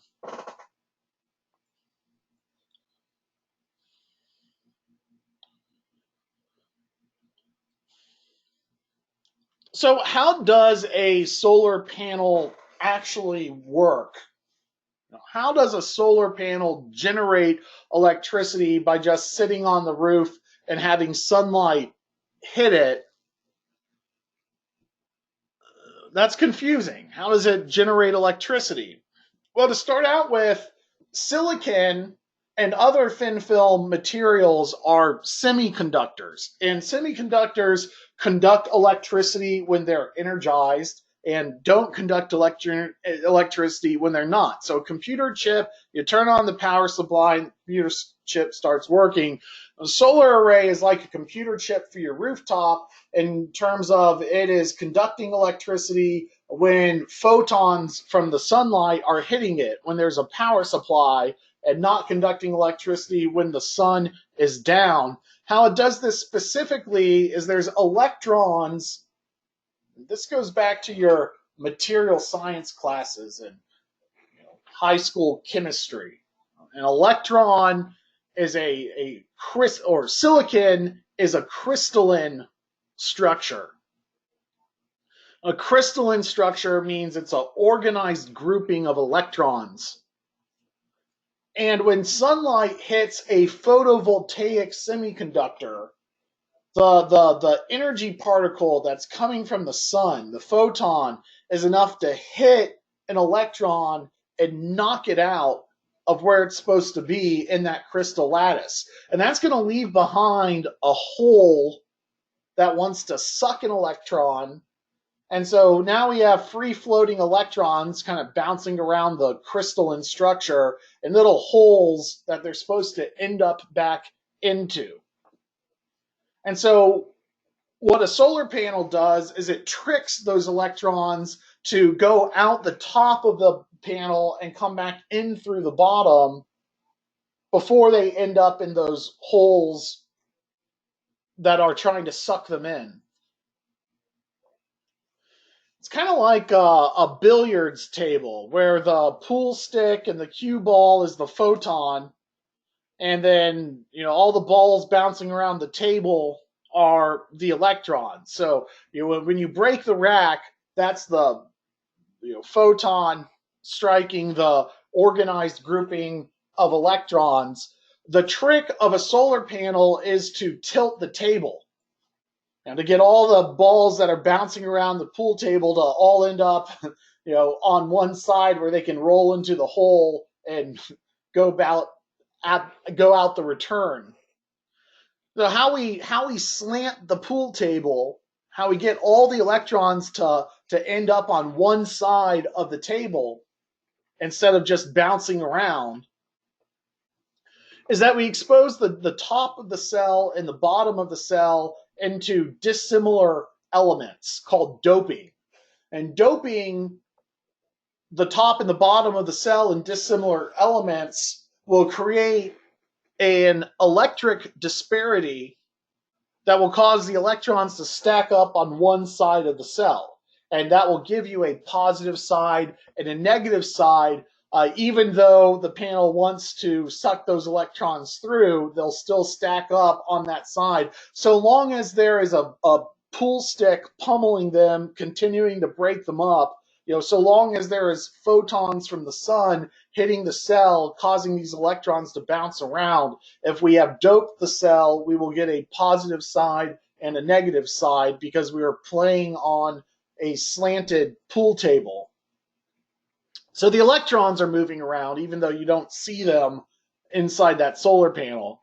And that's kind of like a battery. except instead of storing electricity, it only has this positive charge under full sunlight and maybe a half charge under half sunlight and no charge at night because there's no impetus for those to keep those electrons bouncing around the cell. For that matter, there's a newer kind uh, of technology called PERC that coats the side of the table that the balls aren't supposed to be on with a mirror because they don't want those balls to get kind of stuck in the holes that they're supposed to be in. They want all the balls to go to the top of the cell. And so they coat the bottom of the cell with a more reflective coating to get the electrons to bounce off and go up to the top of the cell.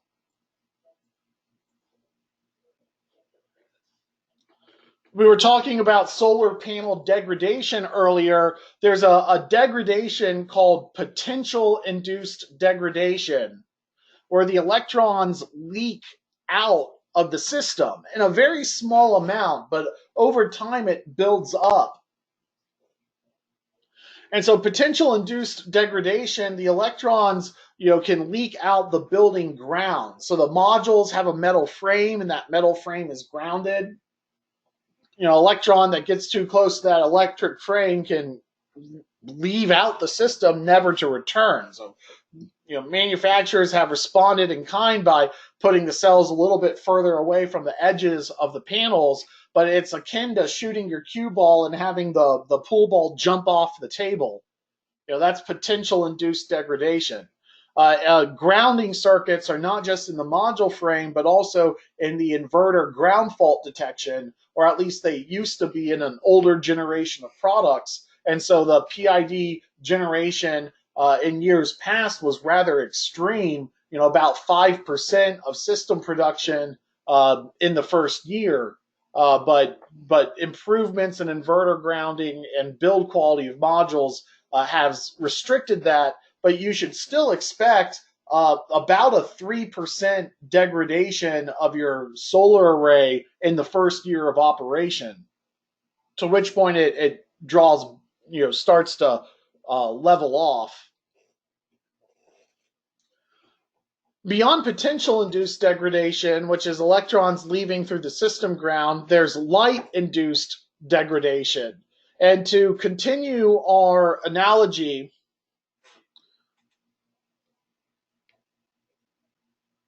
the light-induced degradation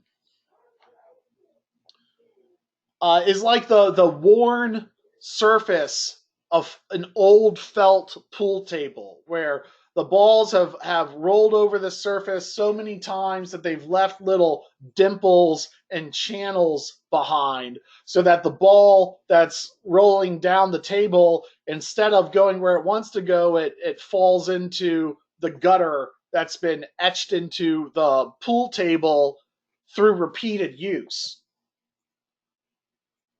Now, on a pool table, those gutters might take years to create, but in a solar array, it's the electrons etching their pathways the very first times that they're energized by the sun for the first time.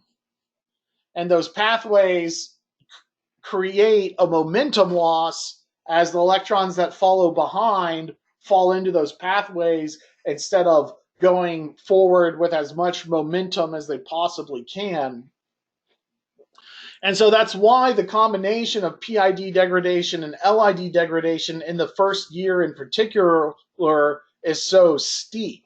So when we look at module warranties, you might get a 25-year warranty for the performance of the cell, but they'll also give you a year one warranty that says, yeah, in the first year, we will warrant that our system will not lose more than 3% of our power.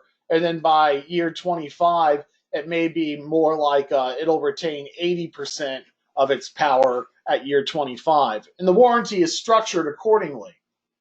Now, between the 2 years, you get less of this degradation occurring and less PID degradation occurring.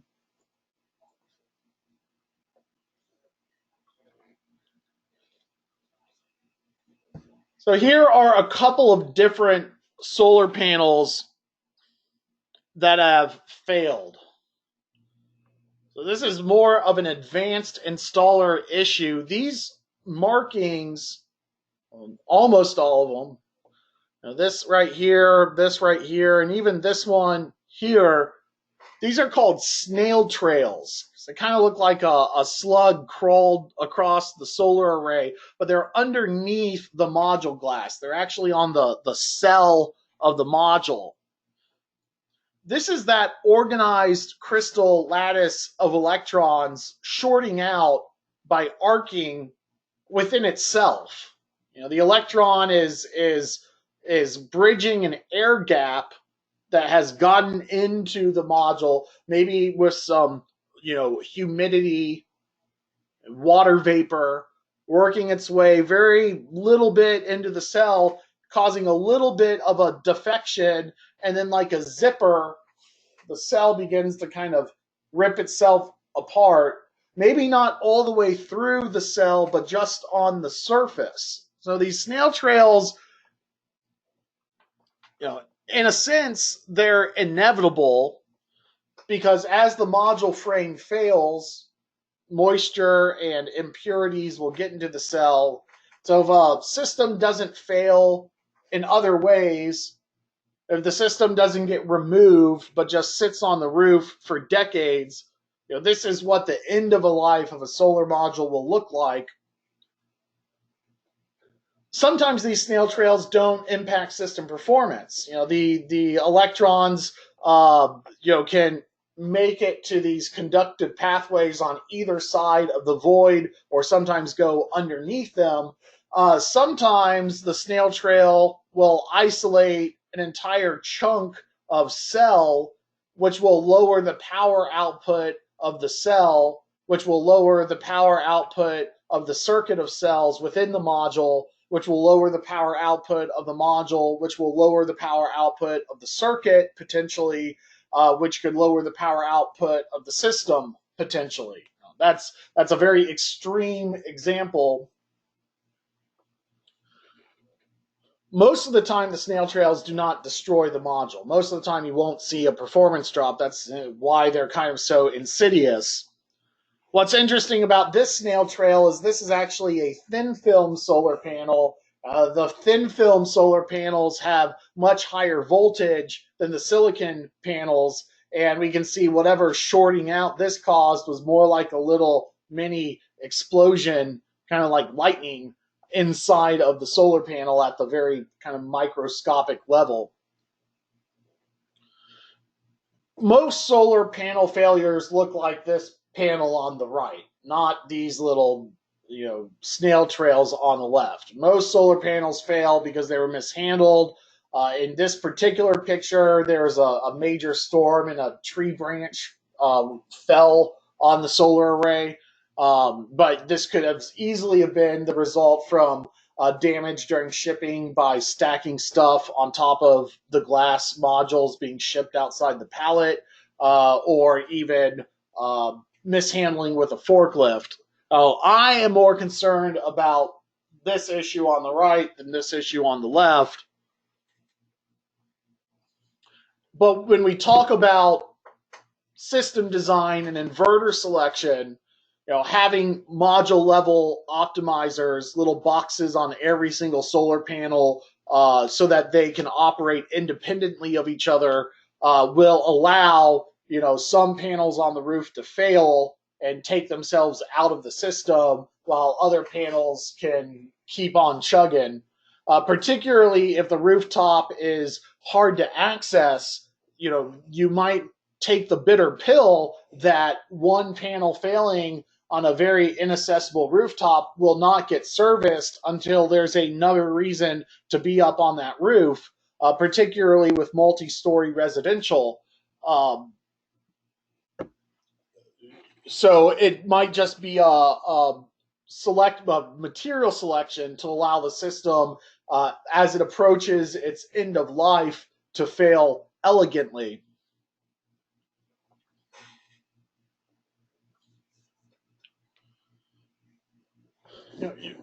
You really don't want your solar panels to be flat. And even a 10-degree tilt angle is cutting it close to being flat. Uh, if you have a flat solar panel, whenever it rains, the water will pool on top of the panel. And then the water will evaporate and it'll leave behind residue. And then you'll also get water pooling around this frame. And that's how moisture can kind of get into the module frame. Keep in mind, rooftops are temperature cycling, so this metal is expanding and contracting against a dissimilar material, which is glass. And so on a hot roof with water sitting on top of the module, that moisture can get into the array and cause a little short on the cell and start, degrading the modules faster than they should. Hot, humid environments are the most rigorous environments for solar. A flat commercial rooftop array is one of the most challenging conditions for a solar array to be in. Not that it's not a good application, but to be particularly aware of rainwater runoff and not have the water pool up on the surface of the panel, but also keep in mind what we know about snail trails. Underneath the solar array, you shouldn't get pooling water either, particularly pooling water that might be 150 degrees Fahrenheit. Even when you give the module a very slight tilt and all the water will run off, you still get kind of a residue or a scum building up on the very bottom frame of the panel. So, the more you can tilt the module within your racking selection, the better. A lot of commercial rooftop systems just opt for a shallow tilt angle because you can fit the most modules on the rooftop, and it's a flat roof and a serviceable roof. So theoretically, you can send a cleaning crew out there every few years to clean that scum off with some maintenance budget. Although I'd say solar module maintenance budgets have been kind of neglected, uh, and we've seen that kind of have deleterious effects on one of the leading commercial solar project developers. Solar City is now under fire from Walmart for placing their stores on fire because of a variety of issues. But one of them could have been not enough maintenance budget going in and checking up on the work quality of the install, particularly as it ages.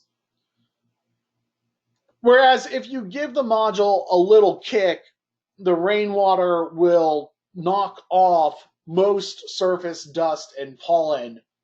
The caveat being, if you're on a dusty road or a heavy pollinated area and it doesn't rain, then you could get more buildup. So I would stick to at least a 10% tilt on an array where you're actually choosing the tilt angle. And personally, I would go for more than that. That's not the only consideration. There's structural considerations too. A higher tilt angle will commonly give you more wind load. You can go to your module spec sheet to get the rated snow load and wind load and hail impact. The module frames are available in a variety of thicknesses. A higher thickness will give the racking and the module, the array, an ability to take a higher wind load. So there are stronger system designs for, say, hurricane zones. We see the positive power tolerance that we talked about in our PV watts discussion. We see a warranty that limits the annual decline to 7% a year. That moisture getting under the panel and eating away at the array is ultimately what degrades the panel. And so they're saying our we're warranting for 25 years under normal operating conditions that the solar array will. This is a year over year warranty that the listing on the array will not decline by more than 0.7% per year. You go and read the fine print, they carve out an additional 3% for year one to adjust for PID and LID degradation.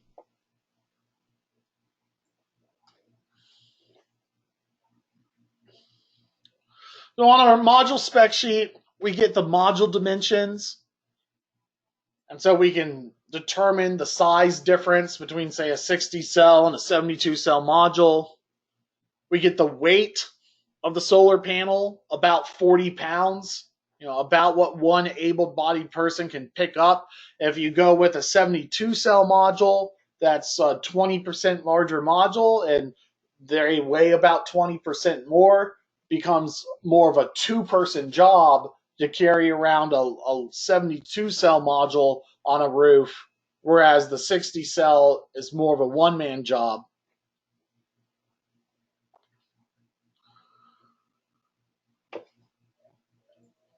We get some cable data, the kind of connector, which is usually a MC4 connector. We'll talk about that more later.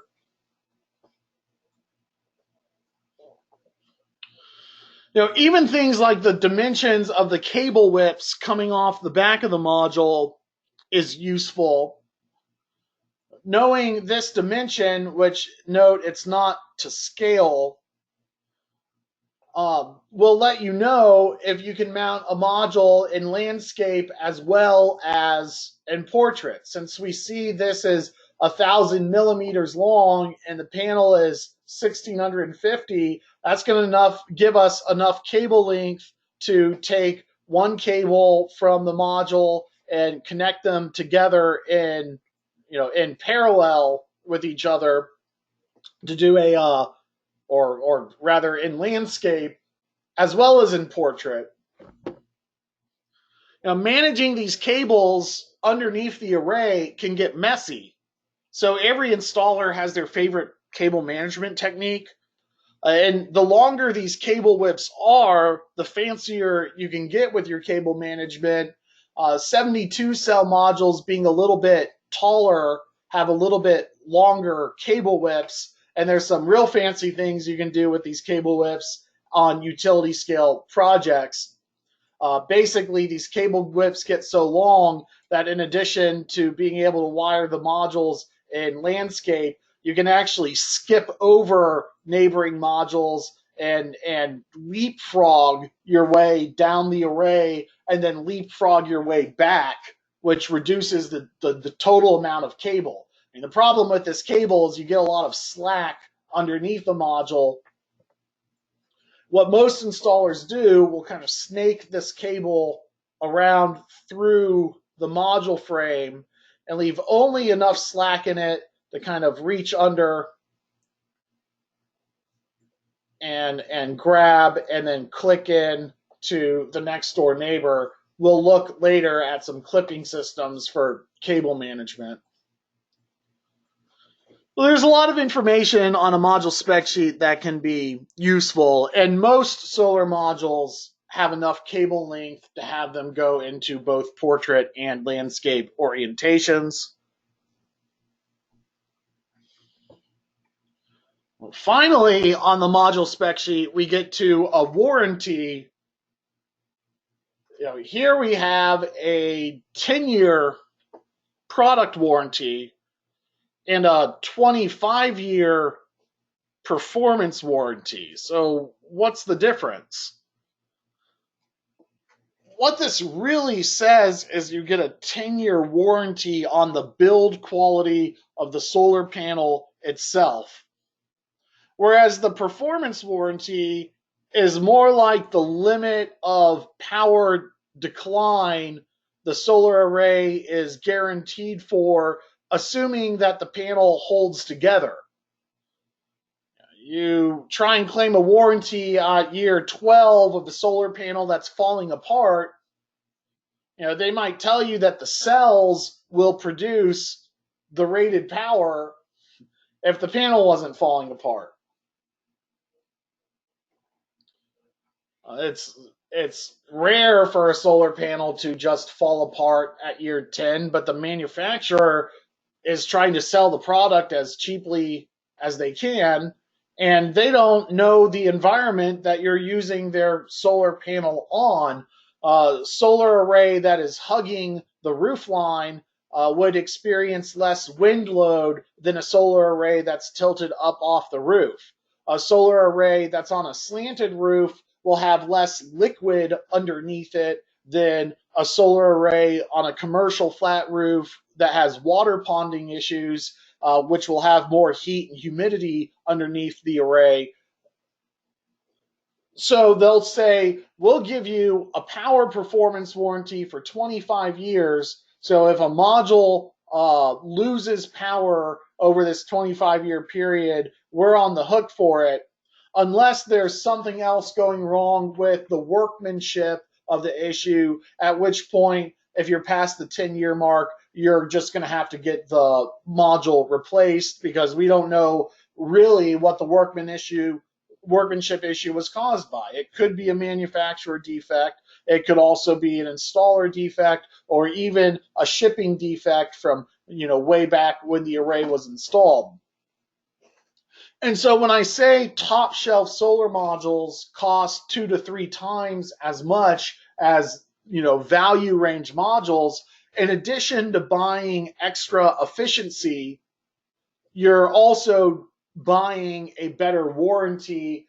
The product warranties do go up to 25 years or even 30 years, but so does the module price. Whether it's better to go with a cheaper module or a more expensive one where you're putting more faith that the warranty will be honored to begin with, and so you're paying for it up front, that's really a matter of your local economics and how much upfront capital expenditure can your client can take.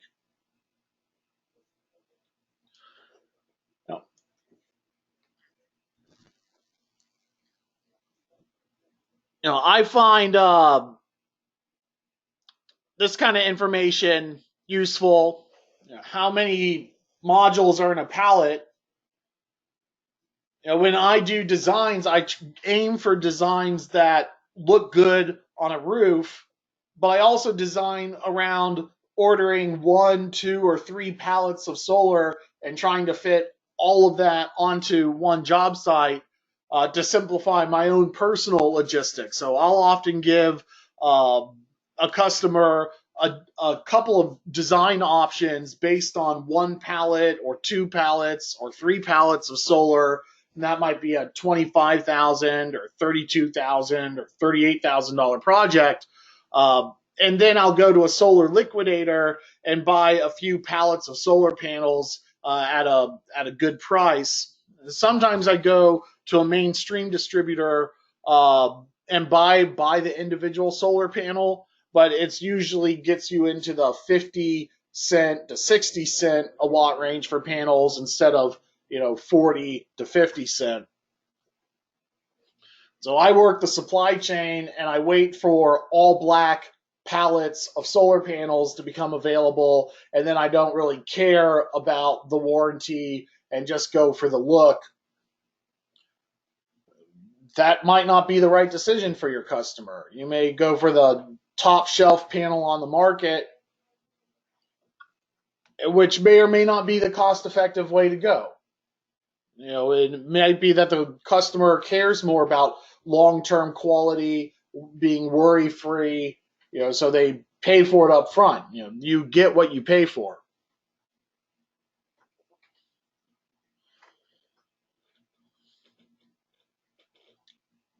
And so how do you know when a warranty event is triggered?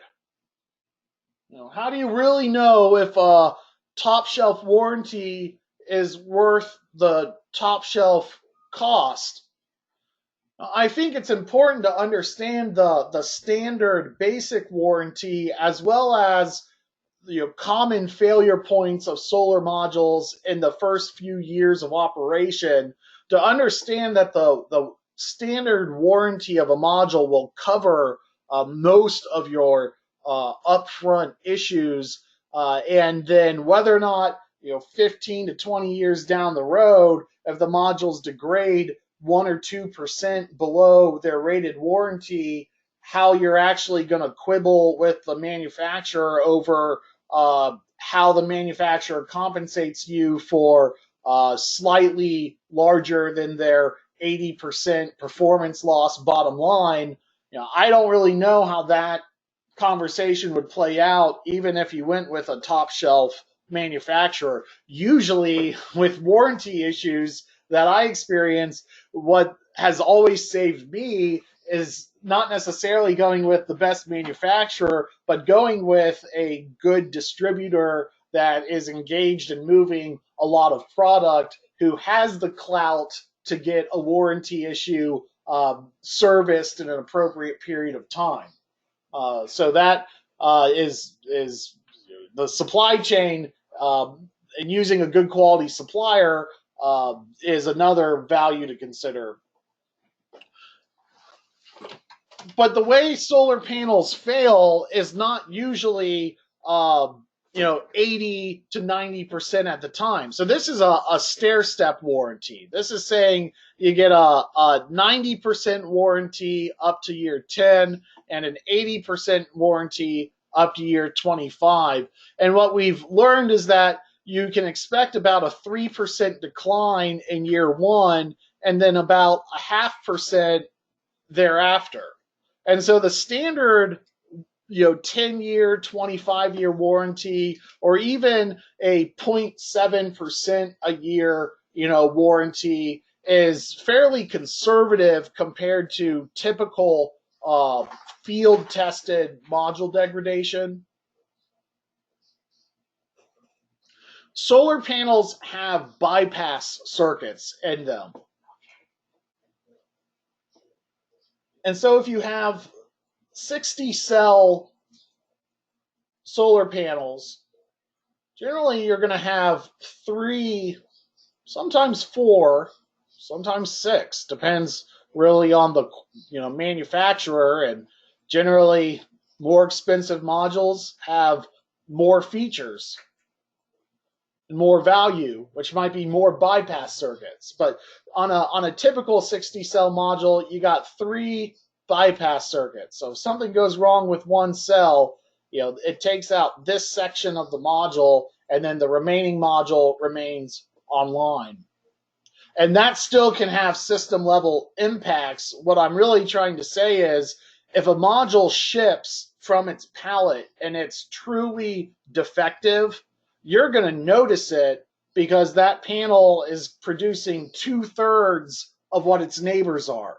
So within the few, days of system operation, you're going to realize that one of the panels on the roof is defective.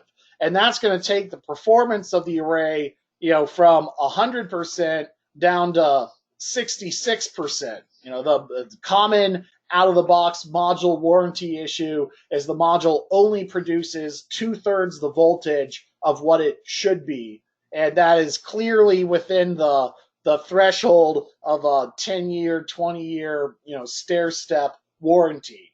And so for, almost all out-of-the-box issues, your standard warranty is going to cover your claim, and then it becomes kind of riskier the longer you go, when you're just trying to quibble over a couple of percentage points whether or not that performance warranty is very valuable. At that point, maybe the workmanship warranty becomes more valuable because, as we've just learned, snail trails, which can take out modules at the end of their life, aren't necessarily a manufacturer defect or even a cell performance issue. If you have a snail trail come and take out an array, the manufacturer could come, or a module, the manufacturer could come back and say, oh yeah, well that's because it was on a commercial flat roof and you probably had water ponding underneath, and that's a siding issue. It's not a build quality issue on our part. Or they might come back and say, well, who installed your array, 20 years ago. Is it a licensed contractor or not? We don't know how the module was really handled, and maybe that mishandling has caused micro cracks that have caused the module to fail. That's not a warranty issue. That's an installer issue. The only warranty that's going to protect you from those kind of end of module life issues is making sure you have a workmanship warranty that goes all the way to 25 years. And it may or may not be worth the price increase to pay for that. I install in markets that have lower priced electricity and very punishing net metering policies for the customer, and so I'm forced into value level modules, relying on the quality of the product itself rather than the warranty.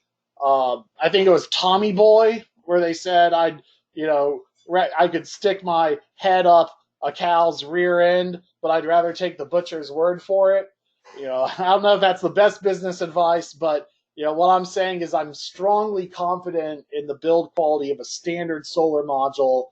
And when you pay for a premium module, you're paying for the warranty and you're paying for the space efficiency. You might not need the space efficiency. And so it really comes down to, do you want to pay twice as much for a module that has a better warranty, or would you rather risk it and save that money and replace the system down the road if need be?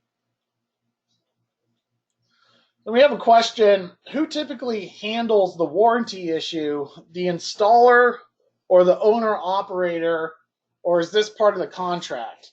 That's a great question. Now, I think the owner has to be prepared to to navigate the warranty process. Uh, they might not be able to do that without the installer's help, because usually when I'm handling RMA issues, I get better attention from the manufacturers because I am a certified solar installer or licensed contractor of some sort, and the manufacturers are much less responsive to individual claims. And at the same time, as an installer, I can tell you there's been numerous times where the mistake was not in the product, but in the installation. And I've had great experience with particularly inverter manufacturers, but also racking companies and module companies, in getting parts replaced and covered under warranty, even in circumstances where it was like shipping or install error. So as an installer, I'm used to getting good warranty servicing from the manufacturer, and you're not going to get that as an individual. So as an individual, if you want to honor your warranty, it's still best to try and go through the original supplier that you ordered the panel from. Your mileage is going to vary by what manufacturer you go through. So I'd say consider it when bidding. But then again, paying for upfront for a 25-year service contract may also be unwise compared to saving that money for servicing and maintenance down the road. I don't think you can rely upon doing nothing to a solar array for 25 years and expecting it to run flawlessly, although it gets close to that, and that's kind of the general impression. There's still some work that you're going to have to do with solar.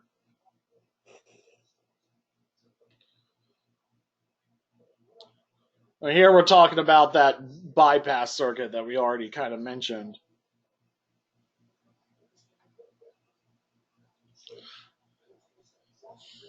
Well, I'd say a common, little known way to damage a solar panel is to be too hard on it during installation by putting too much weight down on the actual surface of the solar module. So the panels, we've said this before, but the panels are so robust they can give you a false sense of confidence.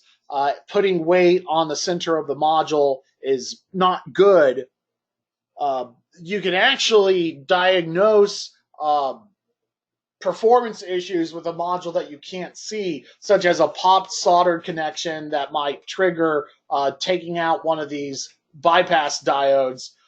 You can see that failure as elevated temperature on the open circuit that's no longer generating electricity. It's still generating high voltage, and that high voltage can't get through where it wants to go. So it has an elevated temperature that'll show up on an infrared thermal scan.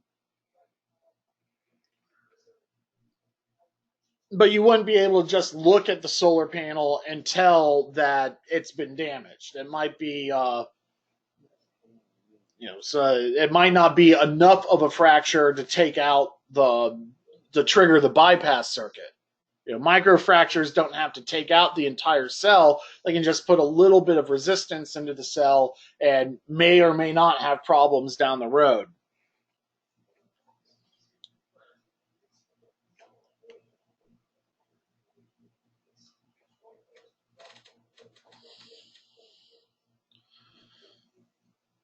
So this picture doesn't come from a spec sheet. This comes from the racking installation manual. And we're going to talk about racking design in slides to come. But what I wanted to point out is the racking documentation is giving you the force load ratings of the panels. Racking manufacturers want to make it easy on you to design a system using their product. And so they're telling you different kinds of mounting techniques and different ratings. So figure B doesn't have any rail. This is a railless racking system. And we see that it's a little bit weaker than a rail-based racking system, but not in all ways. There's the wind load and then the snow load being put onto it.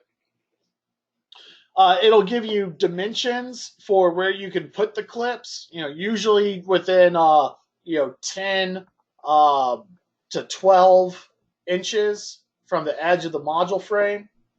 If you needed to make a stronger system for a higher snow load or a higher wind load, here's a design where you're putting on twice as much rail for your system. Kind of in my solar dreams, I like doing my cable management inside this rail. My solar dreams, I'm putting a heat exchanger, running it for plumbing the racking to take heat off of the array with the bottom rails. And that gives you, solar electric and solar thermal and a very strong array. I haven't done that yet. Now here's some module mounting where they're mounting at the corners of the array and sliding the rail along the short end of the frame. And that's a relatively weak way to do it, although utility scale tracking systems will kind of run the rail up the long end, and that's a very strong way to do it.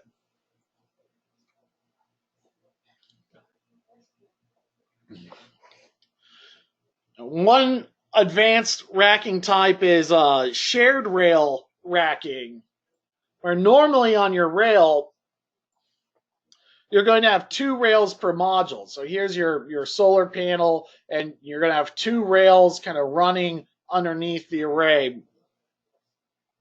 With the shared rail, you get rid of one of the rails. So instead of having 2 rails here and 2 rails here, you have 3 rails total. Although the increase in labor cost is often greater than saving that third stick of rail and fewer attachment points. So you can trick yourself into thinking shared rail is going to save you money, but the increase in labor cost will make that not the case.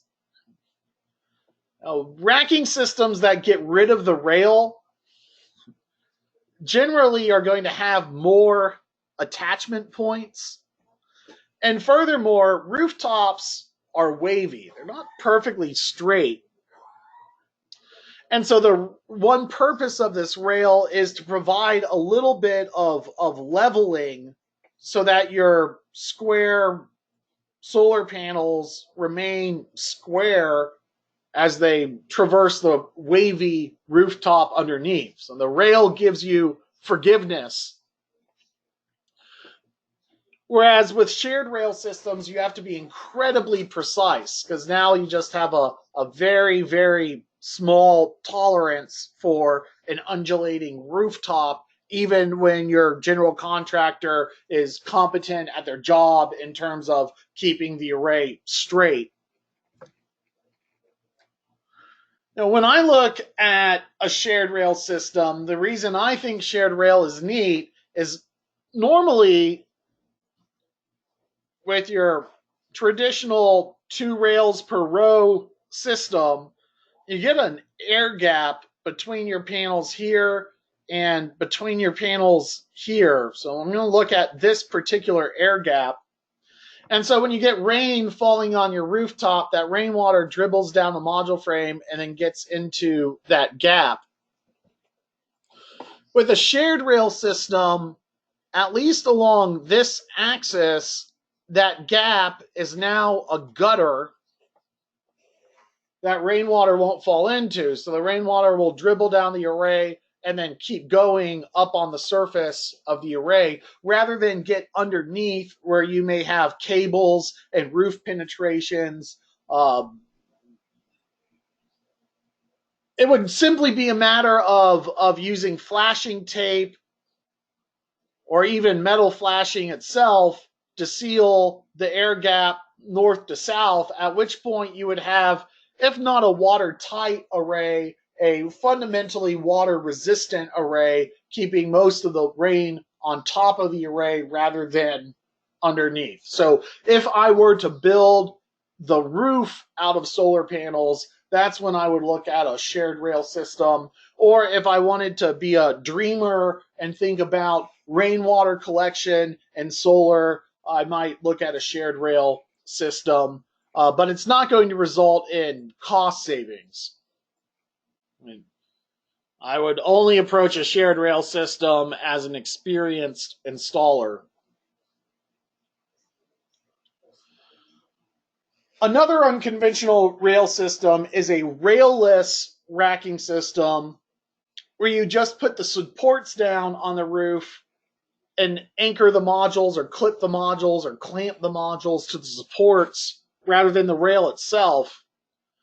Most residential installers are not fans of these railless systems because you have to be precise. And with wavy rooftops, without the rail, it's very hard to keep the array square and pleasant looking. It so happens that a railless system can be better for particular kinds of roof, like standing seam metal roofs, for reasons we'll get into later in our racking discussion. But again, like the shared rail system, a railless system can trick you into thinking it will be a cheaper system because there's less material, but your spacing between your attachments are now closer together. And so you are buying upgraded attachments, which are more expensive, and buying more attachments than you would with the rail. So the cost difference between a rail-based system and a railless system is not a huge amount. And particularly on slanted, wavy rooftops, that rail not only serves structural purpose, it also improves the aesthetics by keeping the array in nice straight lines. Only if you know what you're doing. If you don't start off on a straight line and you forget to square your rail, then you're not going to have a good time.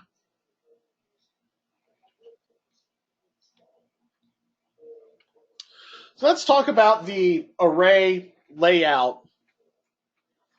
Now, at the end of the day, solar design is about how many polygons, how many rectangles you can fit into a larger polygon. How many rectangles fit inside a trapezoid, or sometimes an even simpler shape.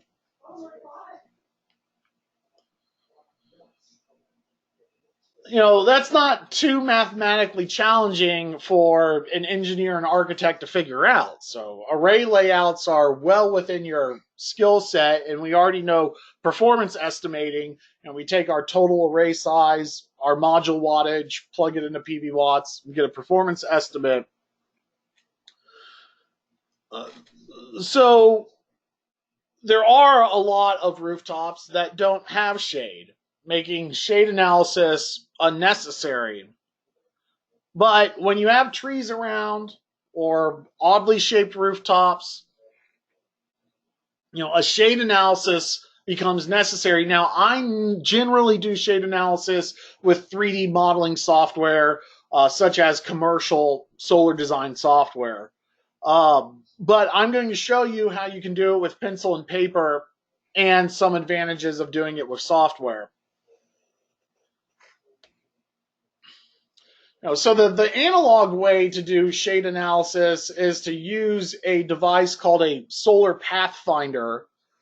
It's a chart with a reflective dome, and along the x-axis you have hours of the day, and along the y-axis you have months of the year, and where the shadows fall on the chart will tell you which hours of the day and what months of the year you get the shadows exactly where you're standing on site staring into this device.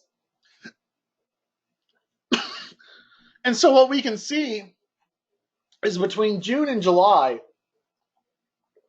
in your summer months, because of this tree, the solar array might not normally come up.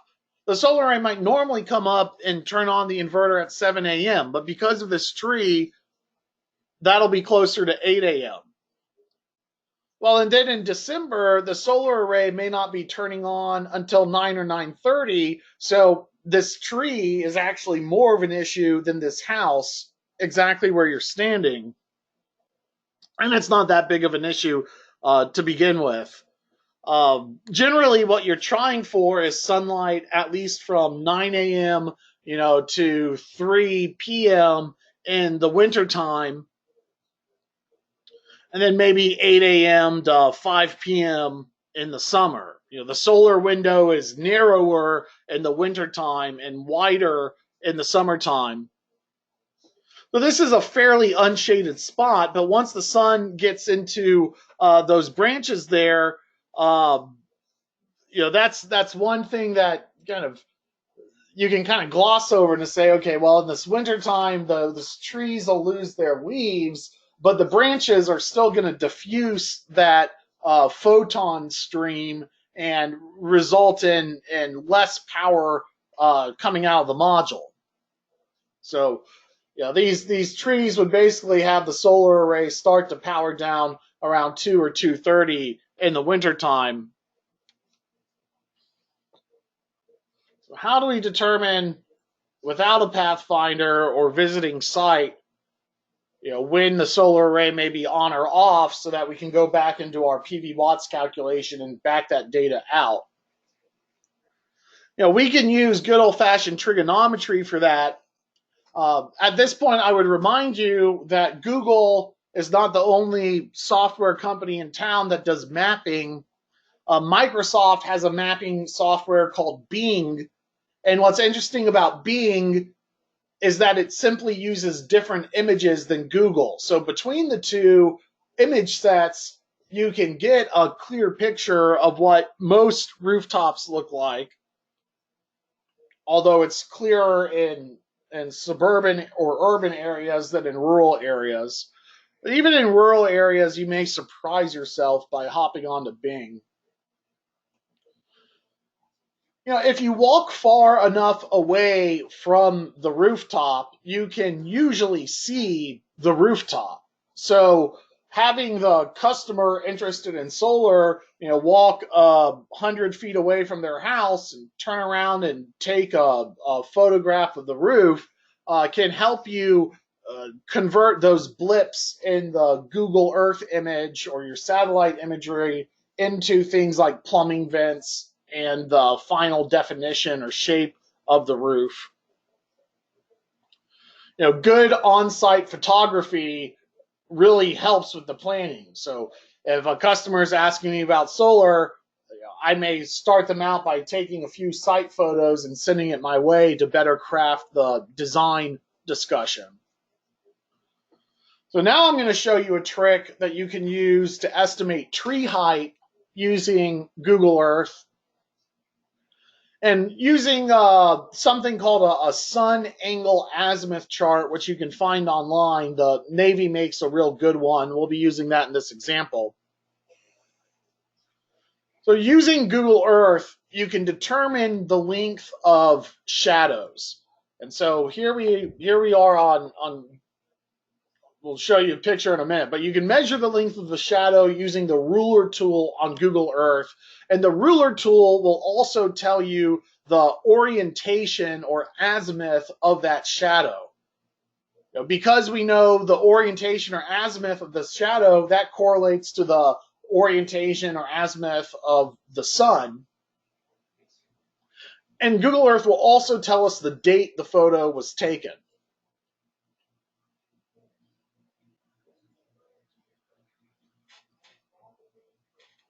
And so here's the Google Earth ruler tool that will tell me not only the length of the shadow, but also the heading of the shadow or the azimuth of the sun. And so in this example, the sun is at 160-degree azimuth. And the sun is about 20 degrees off from being due south in the east part of the sky. And we also know the date. It's a little small, but circled down below. So the shadow of this tree that measures 80 feet long was taken on, November 24th, 2012, when the sun was at 160 degrees azimuth. So the next step is for us to go to the sun angle azimuth chart. I like using the U.S. naval offices because it's very detailed.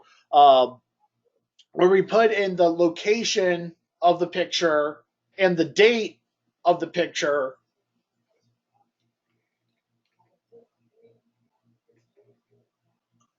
And the chart will show us where the sun was at, what time of day the sun was at when it was at its 160-degree bearing. That photo was taken at 10:30 a.m. And furthermore, the sun was 27 degrees up in the sky when the photograph was taken. And so although Google Earth won't tell me what time of day the photo was taken, I can still determine the elevation of the sun exactly when the photo was taken. So if I know the elevation of the sun and the length of the shadow, I can use trigonometry to calculate the height of the tree.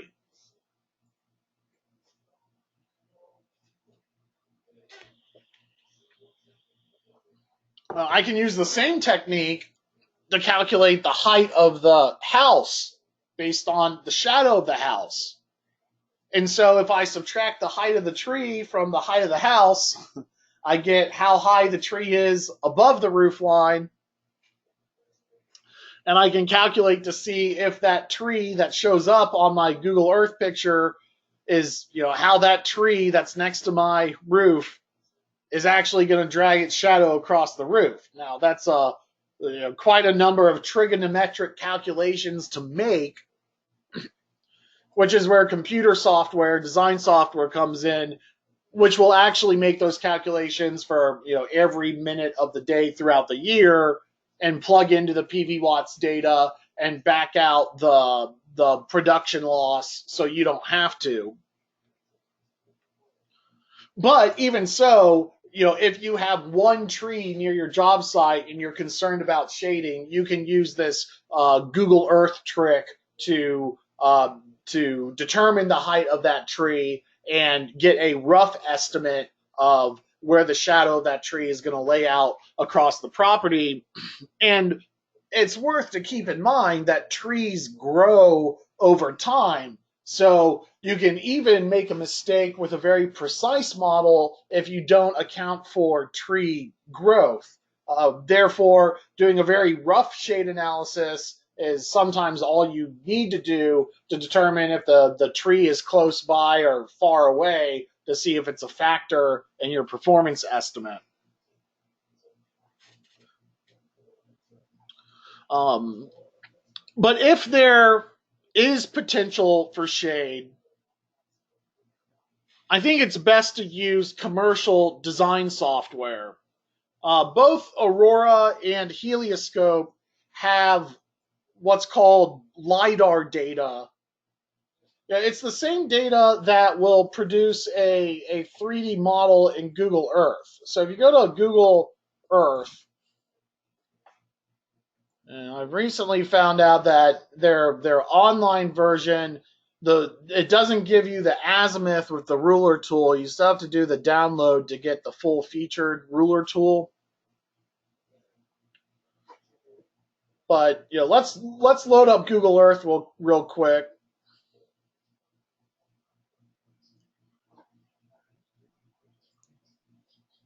Anyway, it's taking a little minute to respond. But what we're going to do is plug in an address into Google Earth and take a look at some of the 3D imagery that's already in Google Earth itself.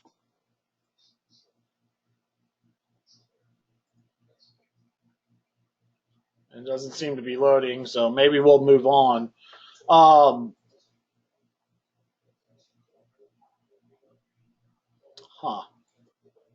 We'll reload that, see if it loads up later. But Google Earth has an element of 3D imagery built into that. And the question is, how do they do that? How do they take a 2D image and then create a 3D model out of it? The answer is they use this LiDAR data.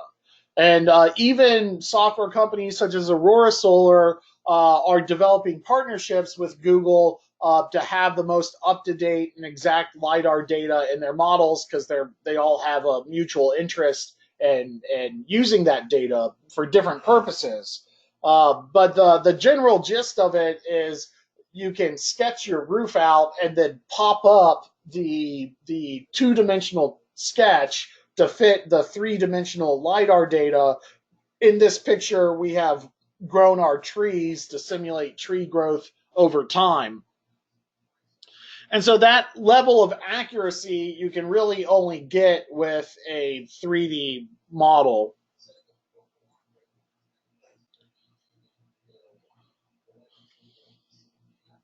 Now, at the end of the day, there's only so much you can do about shade. You can pick out electronics that are more shade friendly, but you're still going to get the production loss. An unshaded solar array will produce much more energy than a shaded solar array, even when you have shade friendly electronics.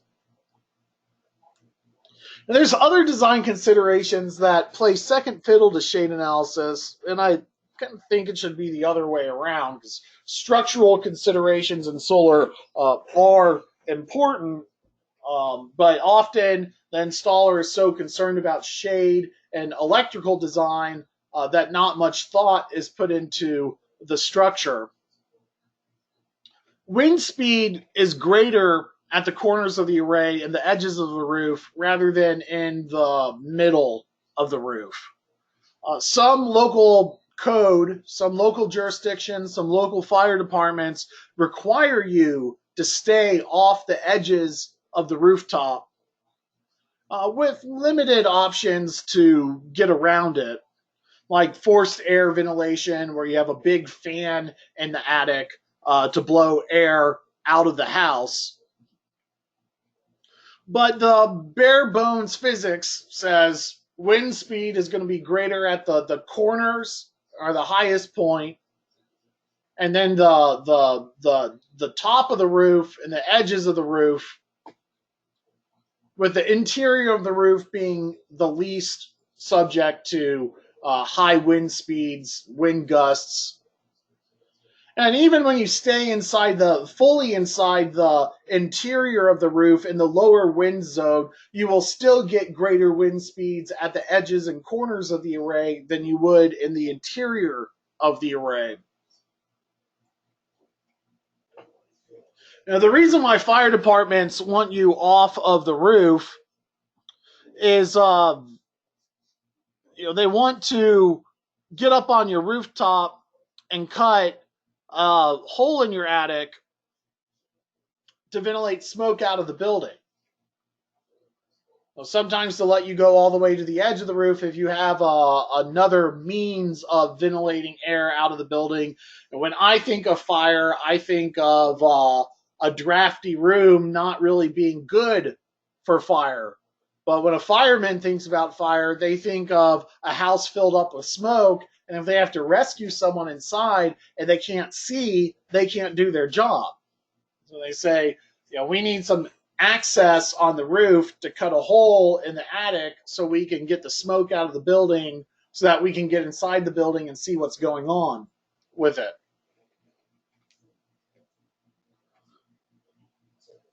And so it's very common to stay 3 feet off the sides and 3 feet off the top of the rooftop, although there is some flexibility. On a hip roof rather than a gable roof, you can go all the way to one edge, because on a gable roof you're facing a hard fall off the side, whereas a hip roof you're taking more of like a 45-degree step. So generally you need 2 access points. So that's why it's 3 feet off the edge and 3 feet off the top. So a fireman can get up on one side, scamper off the roof, and then come down a completely other side on the same surface of the roof, because who knows what's on the other side. Now, some jurisdictions care about this more than others. Other fire departments take the mindset of, if there's solar on the roof, I'm not going to get up on top of it. You really don't want your solar array to be inaccessible in case there's maintenance tasks that you have to perform while you're up on the roof. So leaving 3 feet off the sides and 3 feet off the top, makes your array more accessible, and you may have reason to consider putting even more empty space on the roof for accessing and servicing.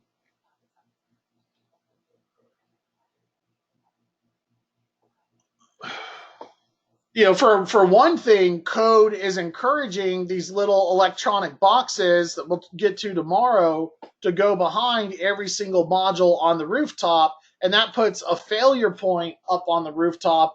And so you may want to be able to get up on the roof and get to every single module on the roof for servicing, which may eliminate how many continuous modules you can stack together before you run into a servicing issue. Although, if I have to access, this solar panel in a field of modules, you really just get a ladder, start off the bottom, and then just work your way up to the access point.